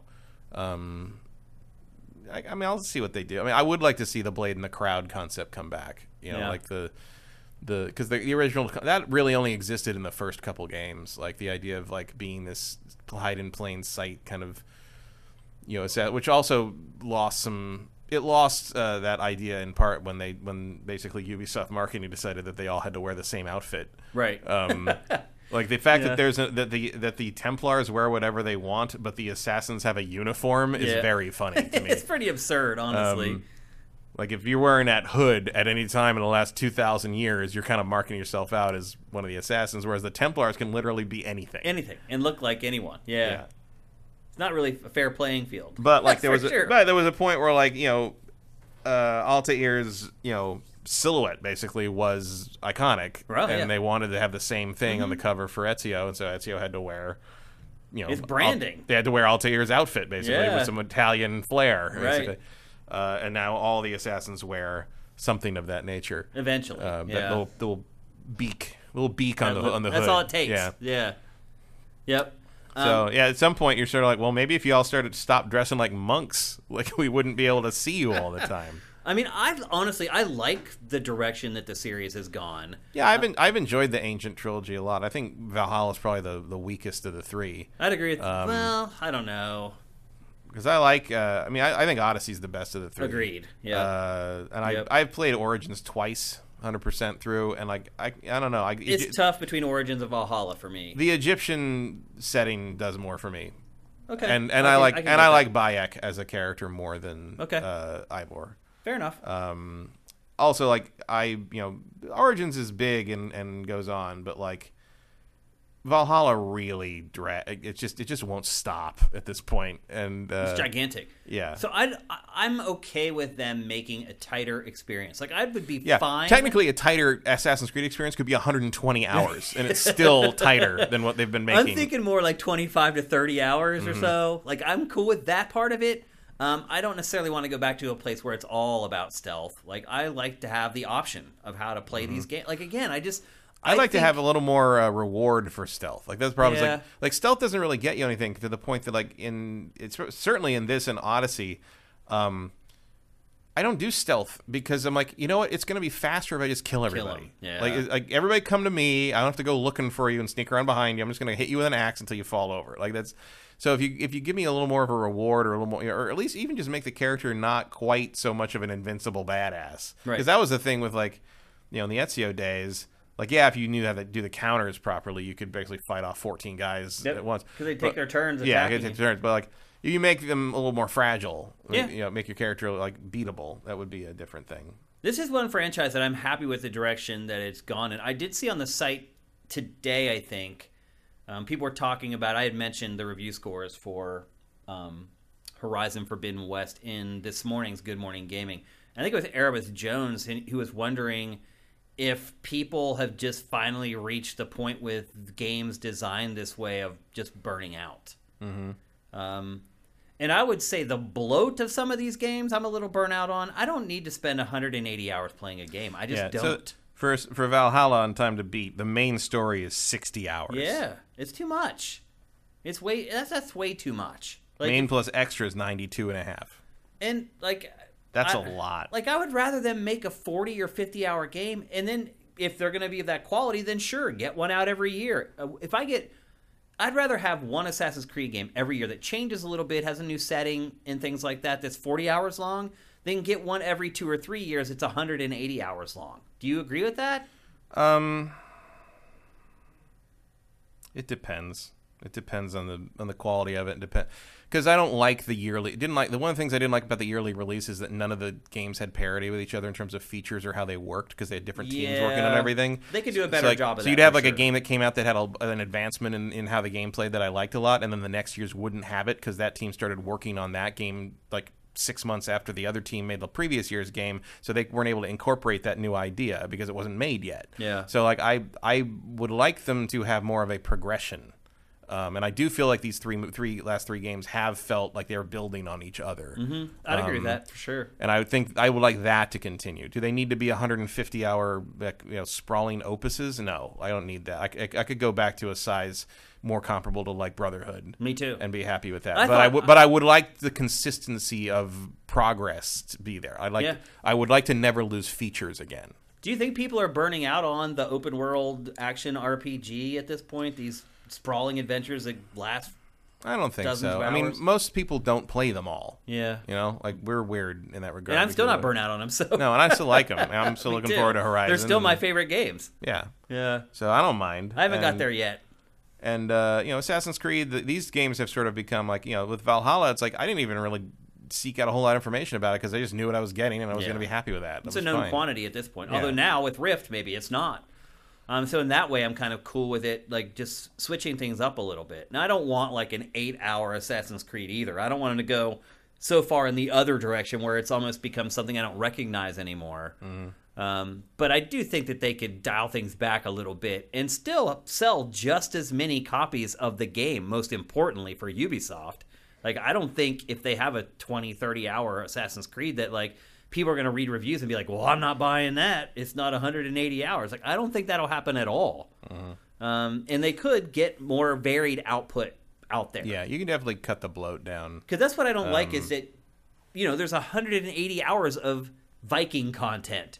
It's set in the Assassin's Creed universe. I don't need that much. Like, I'm good with 40 hours with the Vikings. Take me somewhere else for the next 40 hours. That's kind of what I'm hoping for the future of the franchise. And 40 hours is plenty of time to have an awesome skill tree that you can work all your way through and do all the other things that the franchise has become really good at doing. I mean, that's about how long it took me to max the skill tree out anyway. Yeah, you're right. Then you just become you keep adding more stuff. Yeah, then you just become a total world destroyer. It's like, you're right, the last 100 hours are almost like a joke. Yeah. Like cause early on, like it was like, oh, this is challenging. Some of these guys can kill me. I got to be careful with the spear guys. But now it's just like, dude, you send everyone. You will all fall, and you will still die. I hear you. Yeah. So the top speed run on Valhalla is 10 hours and 47 minutes. And Veritas says a game bragging about how long it is does the complete opposite for me. It turns me away. Yeah, look, it's different for everybody because everyone has a different amount of disposable income. Someone who's doing well professionally, yeah, they don't care. But, if you're a 14, 15-year-old, 16-year-old kid who's working his first job at the mall or whatever, working in retail or whatever job he's got, like, it does matter to those people how long a game is. I don't think that they're going to look at a 30 or 40-hour game, though, and say, that's not good enough for my $60 or my $70 or whatever. So you can find a way to streamline the experience without losing what makes Assassin's Creed what it is in 2022. So I'm hoping that's what they're going to do with Rift. We're really light on details at this point, but I did feel like just those bullet points of what we know so far were enough to at least have a short, interesting discussion on the franchise. And I'm guessing in the next couple months we'll probably learn a lot more about this because leaks on Ubisoft games are never wrong. No. They're never wrong. They're always right because Ubisoft tends to admit it pretty fast. It's like a colander. There are just leaks all over the place. So there you go. Anyway, that is the next Assassin's Creed. As of right now, I'm sure it's just a code name, Assassin's Creed Rift. They'll come up with some other fun or corny subtitle. But it does look like it's going to dial things back a little bit and maybe go back to its more stealth-driven roots that it really established itself on initially. Because that's really all the first game was. It was just stealth. I've always been wondering if they're going to, once they catch up to like the Middle Ages again, they would just do Altair again with basically remake the original, but with an eye to modern design. Still my favorite protagonist from the franchise. I think a lot of people say Ezio, I'm assuming. I mean, Ezio's good. I mean, my favorite protagonist, probably Cassandra. Really? I really like Cassandra. I really From Odyssey. Really liked Evie, and I really liked Edward. Yeah. Black Flag. I liked him too. Yeah. Okay, let's move on to our last topic of today's show. We're going to discuss the Resident Evil 4 remake. This rumor has been floating around for forever. In the last couple of weeks, we've been getting more and more details on it. Most of the stuff I heard had been good until this week when it was reported that the Resident Evil 4 remake is actually going to have major changes to the original Resident Evil 4. Everyone knows how I feel about Resident Evil 4. It's one of my favorite games of all time. One of the easiest perfect scores I've ever given for the time it came out on GameCube. I am a big, big fan. And even though we're now, over a decade away from that game, I still personally struggle to see too many things that need to be fixed with the game. But according to these reports, there are big changes coming. So they said that a lot of the game is going to be set at night, whereas sections were set during the day before. They said they're going to focus more on horror. They said they're going to bring back elements from the 3 prototypes of Resident Evil 4 that were ultimately canned in favor of what Resident Evil 4 became. So one of those I remember very vividly was this one where the main enemy was this dude with like huge scissors. And there were environments from that demo that did make it into the final version of RE4, but that enemy and the whole kind of premise of it was thrown out. The report also states that they are going to increase the screen time of some of the side characters in the game. I don't know what that means.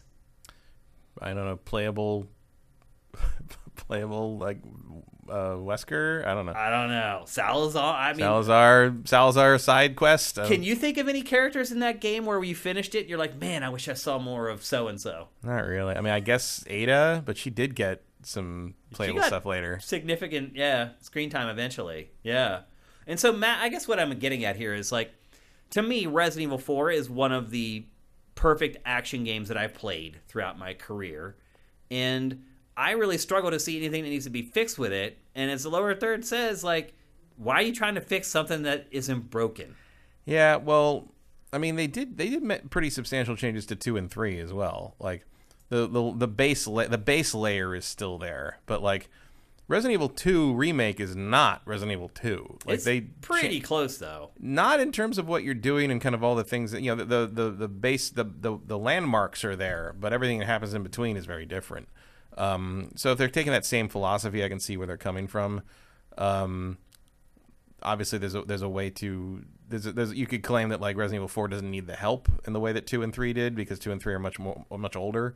I mean, Resident Evil 4 kind of redefined action games. The other thing I think you could say is Resident Evil 4 is still largely playable on modern. There's a version of it you can get on Xbox and all that. And there's an HD remaster for it. Yeah, so to do a remake and sort of change things up and make it a little different, like, probably makes sense. The other thing I saw was that the main thing I've seen people arguing over is like they're talking about basically taking out a lot of the goofy, weird stuff in terms of like the dialogue, because a lot of the dialogue in that is still There's moments. It's a little behind the rest of the presentation. It's got some moments. It's like Leon wouldn't be quite as goofy and weird. It's like, and you're gonna clean up. There's no Jill Sandwich line in the Resident Evil 1 remake either. It's something else. There is a reference to a sandwich in that scene, but it's different. It's not the same joke. It's not the joke. Seems constructed. It's not like a weird translation error. And look, don't get me wrong. I have no problems with them updating the game to make it more copacetic with modern culture. But I don't remember a ton of stuff like that in RE4. Not really. I think there's probably a couple of short jokes you have to get rid of with Salazar. But I thought part of the camp in RE4 was part of its charm. A little bit. Like some of the characters who were goofy, like Salazar, I liked that he was like that. It made him stand out, and it also, I would argue. Also, I don't think you've lost that camp in something like 7. Yeah. Like there's no way Lady Dimitrescu is not in the same vein as some of the enemies in 4. Yeah. That's that those the cadre of villains in 7 do not come off to me as any less ridiculous than anything in 4. And I think you need these moments of levity inside these games. Otherwise, they're just like a dirge, basically. Well, also, isn't that kind of the progression of 4 is like, you start out in like this forest and there's like wolves and then you run these villagers and like slowly the villagers are trying to attack me. It's like, there's a guy with a chainsaw.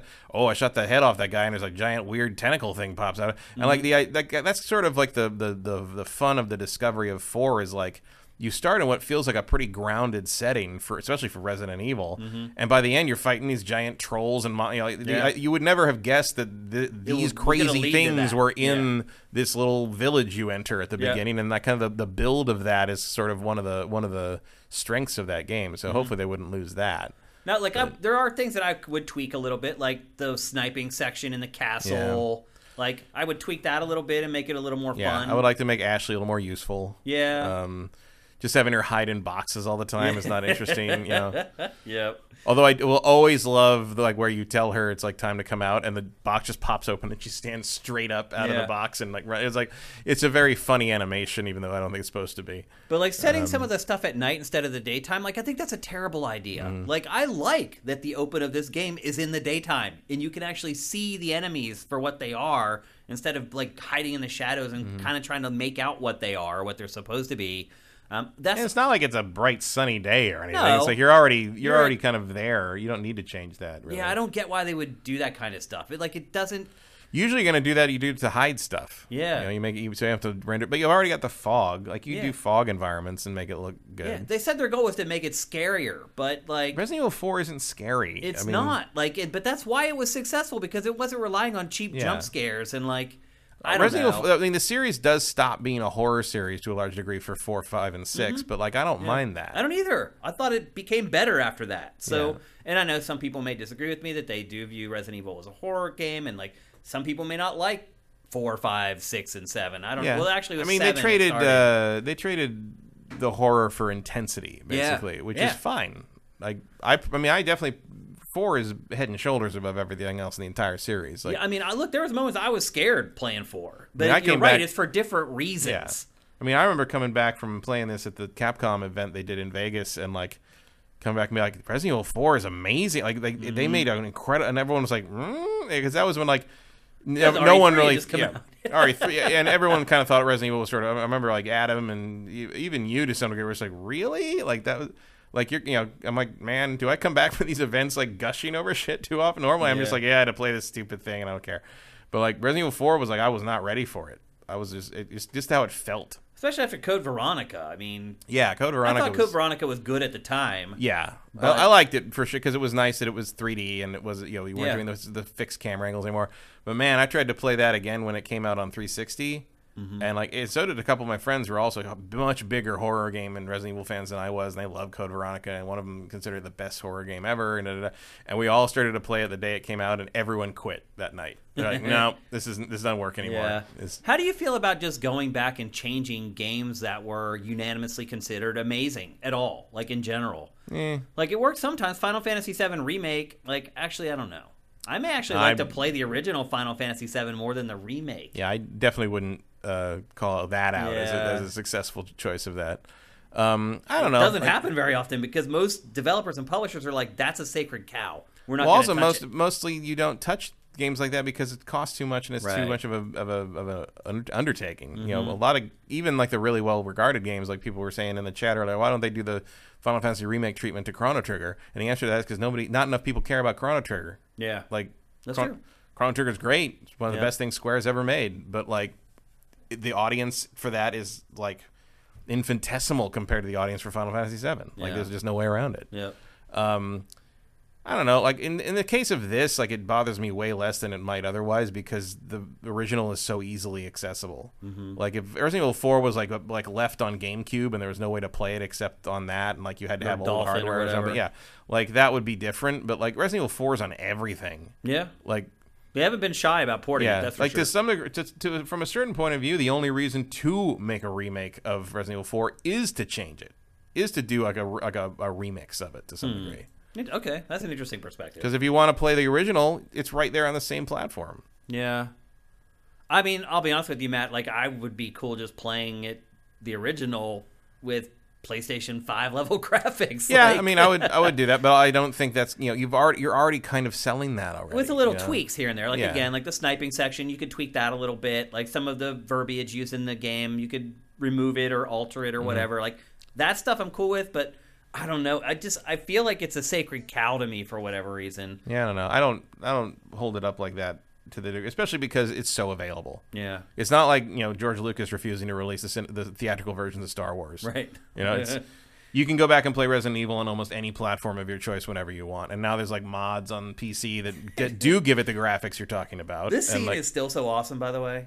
yeah, you definitely It's don't just see that coming. incredible. Like, how did they make this game so good back then? Like, it's mind blowing. If you guys haven't played Resident Evil 4 yet, okay, I'll ask you this, Matt. Someone who's never played it, would you recommend they play the OG or wait until the remake? I don't know. I'd have to see what the remake is. Yeah, I would. I mean, even before knowing what the remake is, I'd tell them to play this first because it's still so damn good. Like, there's so many moments in this game that are just incredible. Yeah, I mean, there's things about it that would be hard for a modern audience. Like you're always going to have the people that don't understand why he can't move when he aims. Yeah. Like, look, if you're moving while you're aiming a gun, you're gonna miss. Yeah, so it's not it's true. Like, it's not a terrible thing to do that, but I get that it's a kind of a frustrating thing in a modern day where you're used to being able to circle strafe or whatever. Well, they never even realized, though, that, like, this revolutionized third-person shooting. The over-the-shoulder view had never been done before. Yeah, this is kind of where they learn to put the camera there. Yeah. I mean, there's so many things about this game that were just completely groundbreaking. And Hey, it's that dog. yeah. It's well, especially because like there was skepticism of where the camera was when you saw screenshots of it. People were Yeah. like, "Oh, that doesn't look like Resident Evil. Like, what are you going to do with that? Like, like he's blocking too much of the screen and all this." It was, it was the skepticism surrounding this game was very funny in all hindsight. wrong. Yeah, It's still amazing, I think. It's just, I don't know. I just don't think it needs to be messed with, I guess, is what it really comes down to. Like, I just think it's great as it is. So it is, but again, it's readily available. Yeah. Like it's like if you I actually, now that I think about it, I don't know where I would play. I'd probably have to dust off my GameCube to play Resident Evil 4. I don't think I have any of the other versions. Well, you can get it on Xbox for like $4 $5 at or the whatever. next sale they do. Yeah. Well, I'll tell you what, folks. If you haven't played it yet and you have an Xbox, go buy it for $4 and play it because it is an amazing game. One of my all-time favorites. And I am a little protective of games like that, to be sure. I'm not denying that. I mean, they're not Rockstar. They're not going to pull Yeah. the other versions down like with San Andreas and everything. Cut. Cut. I just love this freaking game. So anyway, I don't know. I guess we'll see how it all plays out when we get the official announcement. There is a countdown clock that Capcom has going right now that's counting down to the 21st. Nobody knows what it's for. It could be DLC for Resident Evil Village. Monster Hunter DLC. Sorry. It could be. I mean, it's weird to do a countdown clock for DLC. So the way the art... 221. Maybe it's going to be. They're going to do a Sherlock Holmes game. Oh gosh. The art of the countdown clock makes it look like it's something Resident Evil related. So we'll wait and see. I guess they actually already did a Sherlock Holmes game, huh? Capcom did? Yeah. Well, kinda. Yeah. The great Ace Attorney thing. Yeah. So anyway, there you go. That's GameFace 289. We have some time to take some questions here. I'm sure you guys have a bunch. Some people think it's Street Fighter 6 because the Capcom Cup. I get that, but I feel like that would have leaked. I feel like we'd have heard some rumbling. One, I agree there. with you. I think it probably would have leaked. But two, if you look at the tone of the countdown clock, it's like all black and gray and dreary looking. Mm-hmm. Like, I would be shocked if it, and elated, by the way, if it's the new Street Fighter. But it's due. Like, they're due to show the new Street Fighter. Like, overdue. And it'll be interesting, too, because, you know, they have new people leading that team. Yeah, it's a whole different thing. I'm really nervous about that. How are you feeling about that, Matt? I don't know. Like, I am not convinced they have anyone there right now who could make something as good as 4. I know. I feel the same way. We'll see. I'm keeping my fingers crossed. As always, go at Sifted Games in the chat so we can pluck them out of all the other conversation. It makes it a lot easier for us. And we do have time to answer a good many questions today, if you guys have some. Actually, Matt, I have one for you. Have you seen the Uncharted movie yet? No. When are you going to see it? Well, it's not out yet. So. Well, it's out in other territories, but not I'm seeing it on Friday. But I think the Western reviews came out today, right? Yeah, the other day. Yeah. Yeah. So it's not good. Yeah, there's it's like a 40% or something. I'm seeing it on Friday. Yeah. Friday? Yeah. We'll talk about it on next Tuesday.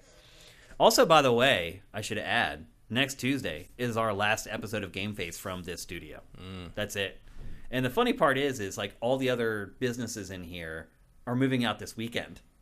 So when we it's just gonna be us. Yep. When we come in here next Tuesday, everything's gonna be empty in here except for us, this room. So maybe we should do something crazy since we're the only people in here. Just totally set it up. Just spin the cameras and just show the whole office or do something fun. Anyway, we'll see. It's nothing to really see. It's just an office. It's just an office. Yeah. Actually, the best view is right here. Yeah. What you're seeing on the show. You do kind of have the best room. Yeah. Of this office suite, Yeah. we definitely have the best. Yeah. I'm going to miss this, though. I'm going to miss having an office where I can see outside. It's just not the same. It's been hard to find an office, period. Cyberpunk Next Gen patch is here? Today. It launched today, wow. I think. I didn't know out that. Out of nowhere, yeah. I don't think I'll go back, though. Like, I've already finished the game. Like, I will. Maybe not today. I got cleanup to do from the birthday stuff yesterday. Yeah. But, yeah. All right, let's get to some Q&A. We got a bunch of questions. I'll give you Oscar predictions closer to the Oscars. Yeah. When are the Oscars? Late March. Like a month. A little more over a month. Okay. Oh, they're asking me about musicals. JM Rain, thank you, man, for all these Tier 1 subs that you're giving to our audience. It's always worth it to come and watch the show live.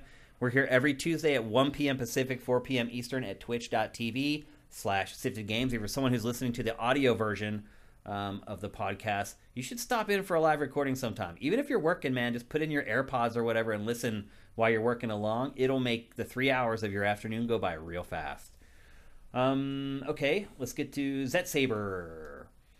Going along with the MS continuing to release COD for PlayStation topic, what is stopping Microsoft from simply having Activision release COD under a different name?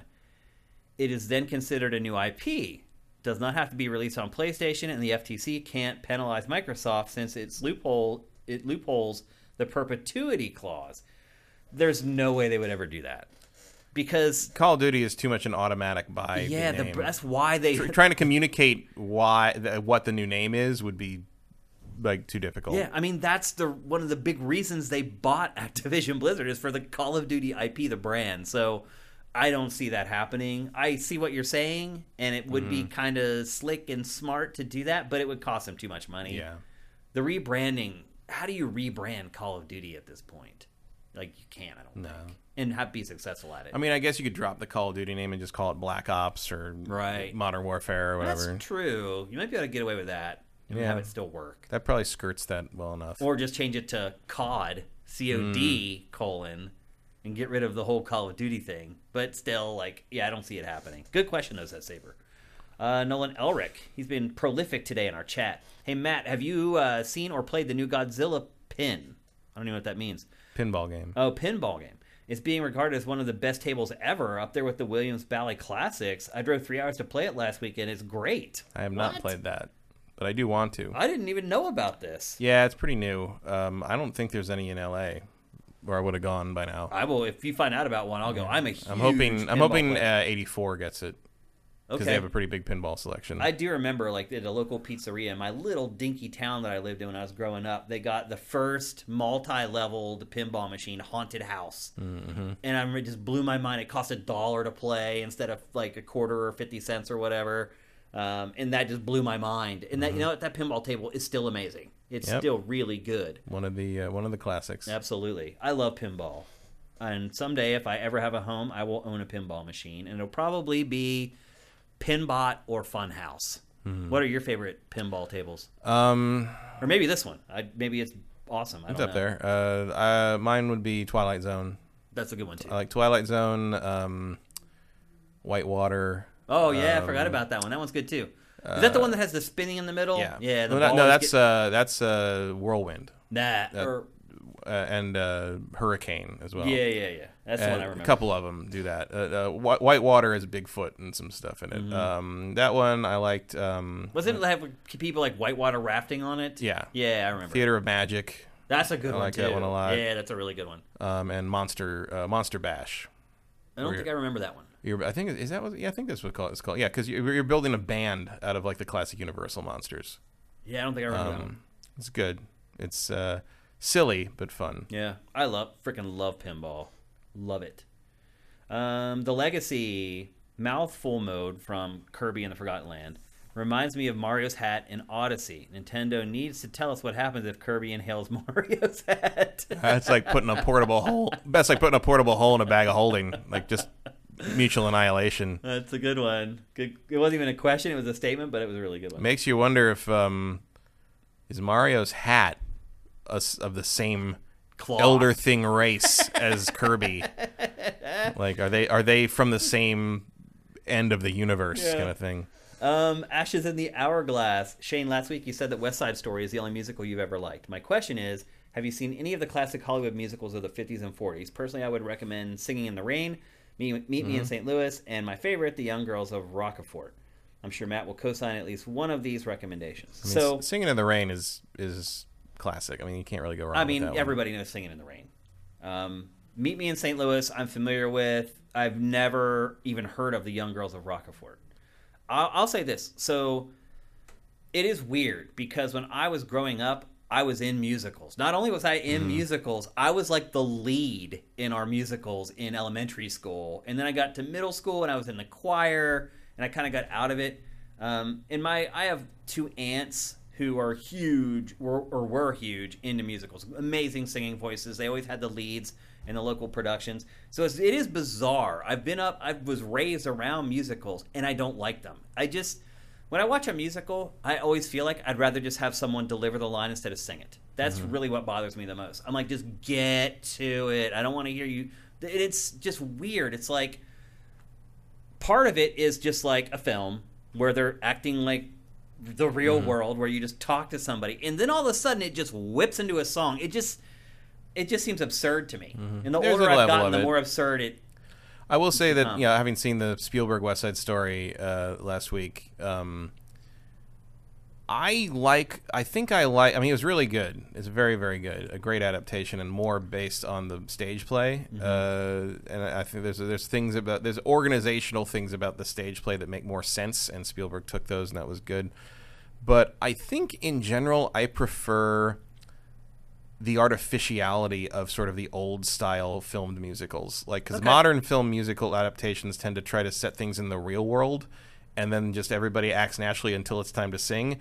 And I kind of appreciate the fact that on the old West Side Story, I can tell that's a set. Like, that's a studio stage they're on. And like, because I think music, I do like musicals. I'm not a huge musical person, but I do like straight play, non-musical plays better. Musicals work better on the stage for me. I don't think film musicals are very hit or miss for me. It's that moment where they transition from just talking to singing. It's just awkward. It's like, what is it that just made you decide to break out into song? I mean, it's a dramatic device, and I think it works better in a stage environment, because stage environments tend to be a little more abstract, and it's not as you're not as fooled as thinking they're in the real world. It's not as jarring. Yeah, but one thing I do like that Spielberg does in the West Side Story is because obviously one of the things about filmed musicals is the musical numbers are generally shot on their own, and then you shoot stuff around. Films are always shot out of sequence, but Spielberg makes sure in this movie that after a big musical number, and then there's dialogue after the musical number, the actors are panting. The actors are out of breath from the dance. Yeah. And like a lot of film musicals do not do that. It's like the musical part never happened, and everybody's just sort of normal after it. But the fact that you can see their chest move, like that's a big thing when you see it in an actual live performance too. Yeah. And like the fact that they aren't like disguising that and they're making it feel like the actors are working for these things that they're doing on screen, like that worked really well. And I cannot recall a filmed musical that is set in a real world looking like setting doing that, and I thought that was really and good. Their hair's never out of place. They're not sweating. They looked like they had just done some work. Yeah, and like that was great. I leave it to Spielberg to think of that. Yeah. Leave it to the guy who's so good at oneers, long single shots, to know that like you have to have that continuity. To these characters did all this stuff, and you have to portray that. And it was that's great. part of musicals that is weird for me is that like it's like the singing happens, but it's like it didn't happen. Yeah. Well, that's interesting. Like no one's ever like broken the fourth wall in a musical and been like, why don't we just sing something? They do that in this West Side Story. Oh, they do. For a moment, they're like, "Why are you singing that? Like, stop it!" Oh, really? Like, yeah, like it only once, but it's like, yeah, it's. But I mean, that's cool. The artificiality of a musical is just sort of the nature of it, and like you live or die in the songs. There is an old SNL skit where with Norm Macdonald as like the leader of the Jets kind of thing, and they're all. And they're all the guys running up, and they're like, it's like, yeah, the Sharks are doing all this, and then they start singing this. He's like, why did you do that? Why'd you just spin around in a circle like that and sing about why don't you just tell me that? He's like, I don't know, it just seemed like the way to do it. And then like the three of them like do a dance of it together. He's like, did you guys practice that? Like, what the hell was that? Like, I've never seen that. And I think it's Lovitz. It's just like, I don't know, I just saw what he did and like that. And he's like, what the hell? And yeah, it's look up YouTube, look up the Norm Macdonald like shark. I will. Norm Macdonald's great. It's really funny. A good question though, Ashes in the Hourglass. And it is, I will admit, it's odd that I grew up being in musicals and my family was involved in musicals and now I can't stand them. It is a little odd. Next I think it depends. Have you seen In the Heights? No. Watch In the Heights. Okay. Like I think Lin-Manuel Miranda has kind of cracked the code on how to make a musical work. Okay. I'll check it out. Let's see. What's next?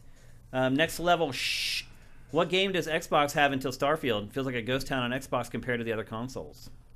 Yeah, it's a good point. Well, no, what are you talking about, man? We just told you to go buy CrossfireX. Yeah. Both campaigns. Yeah, there's not a lot on the docket there. Yeah, it is a light year. That's why, Xbox had a pretty good year last year and we gave it its due, but luckily, I don't see a repeat coming. Luckily, I think once Starfield hits, you're going to start seeing the dividends of all those studios they purchased. You're right. I think once Starfield hits, from then on, you're probably golden. You're finally going to start seeing some movement. You're there. right. This is a little bit of a weak year for Microsoft. No denying it for sure. Yeah, and last year was a little weak in places too, but everyone had a weak year last year, so I think it's going to be more noticeable for Microsoft this year. Yep.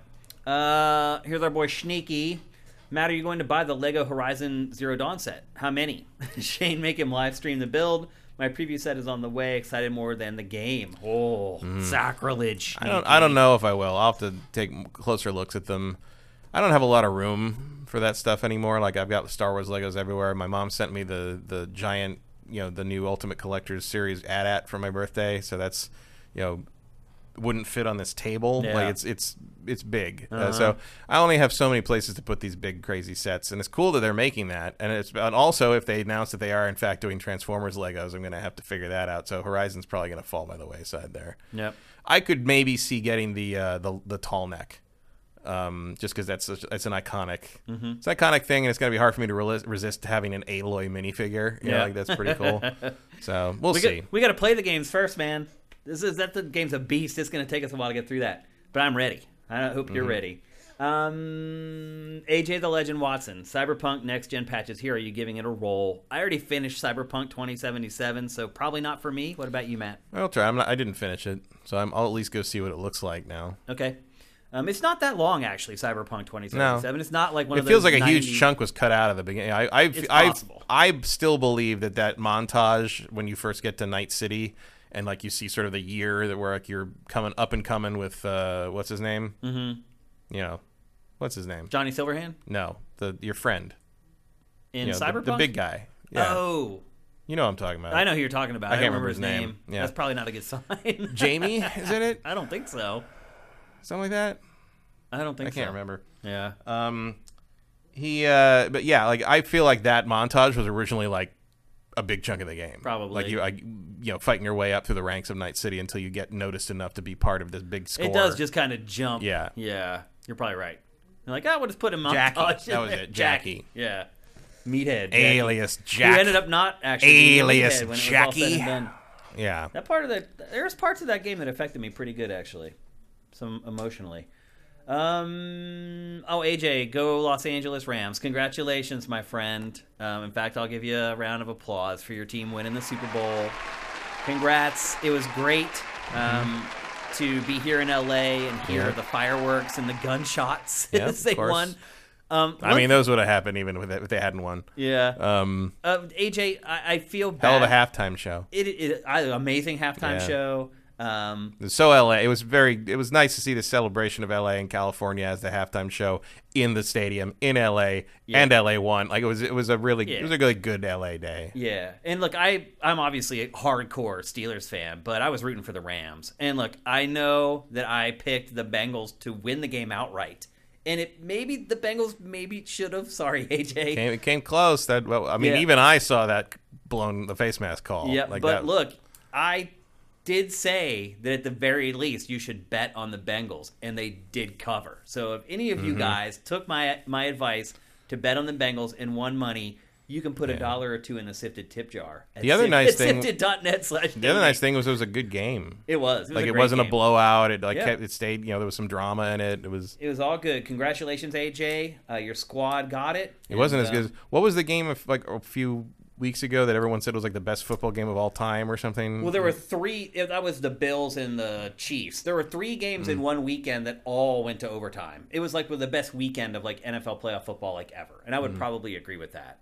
It was a great football season, and I think people were complaining that like the Bengals shouldn't have been there, and like the Rams maybe shouldn't have been there. But to me, that Super Bowl is exactly what the NFL is now. Most teams in the NFL now suck. Like the Steelers, I'm an honest fan. The Steelers sucked this year. They were bad.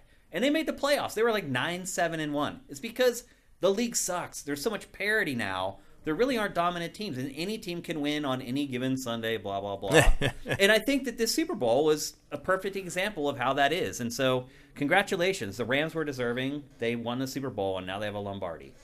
And I also like any time a team wins the Super Bowl that doesn't have 5 or 6 Super Bowls, so the Steelers can still be the team with the most. We'll take one more question, if we can find one here. More questions about Cyberpunk. AJ went to the game. That's impressive. He went? AJ, you went to the Super Bowl? Wow. Cha-ching, cha-ching, cha-ching. Dude, look, day before the game, the cheapest seats were like $5. Oh yeah. Did you see the refreshments list? Like the food list prices? No. It was like $20 for a caramel apple, like $19 for a beer, and the bottled water had no price on it. It was like if you got to ask how much the bottled water is, you can't afford it. It's like when you like when you go to a really nice restaurant. Yeah. And like they have the prices except for one thing, it says market price, which means just don't even ask unless you're filthy rich. Yeah. Vincent, bigger deal for Paramount Plus, both announced today. Halo Season 2 or a Knuckles spin-off series to Sonic? I think I'll probably give that to Halo. Yeah, me too. Because I know a lot of people that are interested in Halo who have never played Halo, and I don't know anyone who cares about Sonic. Yeah. Who doesn't already care about Sonic. Yeah. I mean, I'll say this, like, the last Sonic movie got a couple of my nephews to become big-time Sonic fans. Like, now they're, like, have Sonic stuff in their room, and, like, they have Sonic nightlights and Sonic T-shirts, and so the movies, they impact the youngins. They're gonna do something for sure, but like Halo. I mean, I'm surprised by the reaction to my non-gaming friends or my non-shooter playing friends to like, oh, that looked really good. Like they're really interested in that show, so it might do what they needed to do. And AJ, Sonic 3, yeah. Legend Watson, yes sir. Why I wanted the patch, Shane. Oh, he wants it. Okay, gotcha. He'd asked me for a sifted patch to put on his jacket. He has a Rams patch.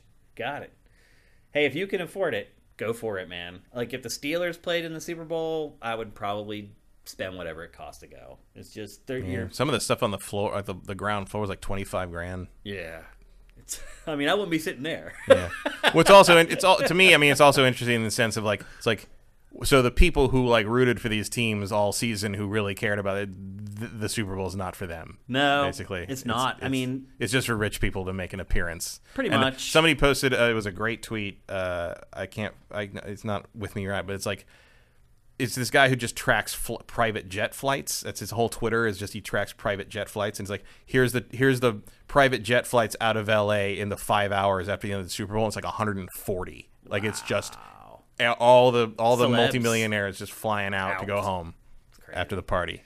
Well, if you can get there, That's who attended. Congratulations. Yeah. Yeah. Yeah, he says, actually, Sneaky said, if you have to ask, you can't afford it. That's right. Yep, that's true in a lot of things in life. So that's the way it goes. Well, that's it for GameFace episode 289. We'll be back next Tuesday at 1 p.m. Pacific, 4 p.m. Eastern at twitch.tv/SiftedGames. If you like the show, you like what we're doing, you like our content, you like Matt, you like me, head to patreon.com/sifted and pledge as much or as little as you want per month. Even $1 a month makes a difference. It all adds up. And we'd appreciate it very, very much. Also, don't forget that if you have any misgivings about Good Morning Gaming going day and date free to our YouTube channel, please speak now or forever hold your peace. Because if I don't get a lot of feedback saying that that's how you feel, then that's what's going to happen with the show. Hopefully you can see kind of the big picture and realize that if we do get more YouTube subscribers and we get more people on our Patreon, that gives us more money so that we can make more content exclusive for you guys. So anyway, good show, Matt.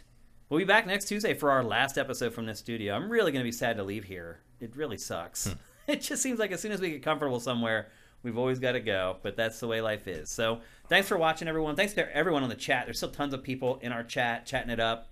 We have a good crew of people who follow us here at twitch.tv/SiftedGames. So on behalf of Matt, I'm Shane. We'll see you next week. GameFace is up and out.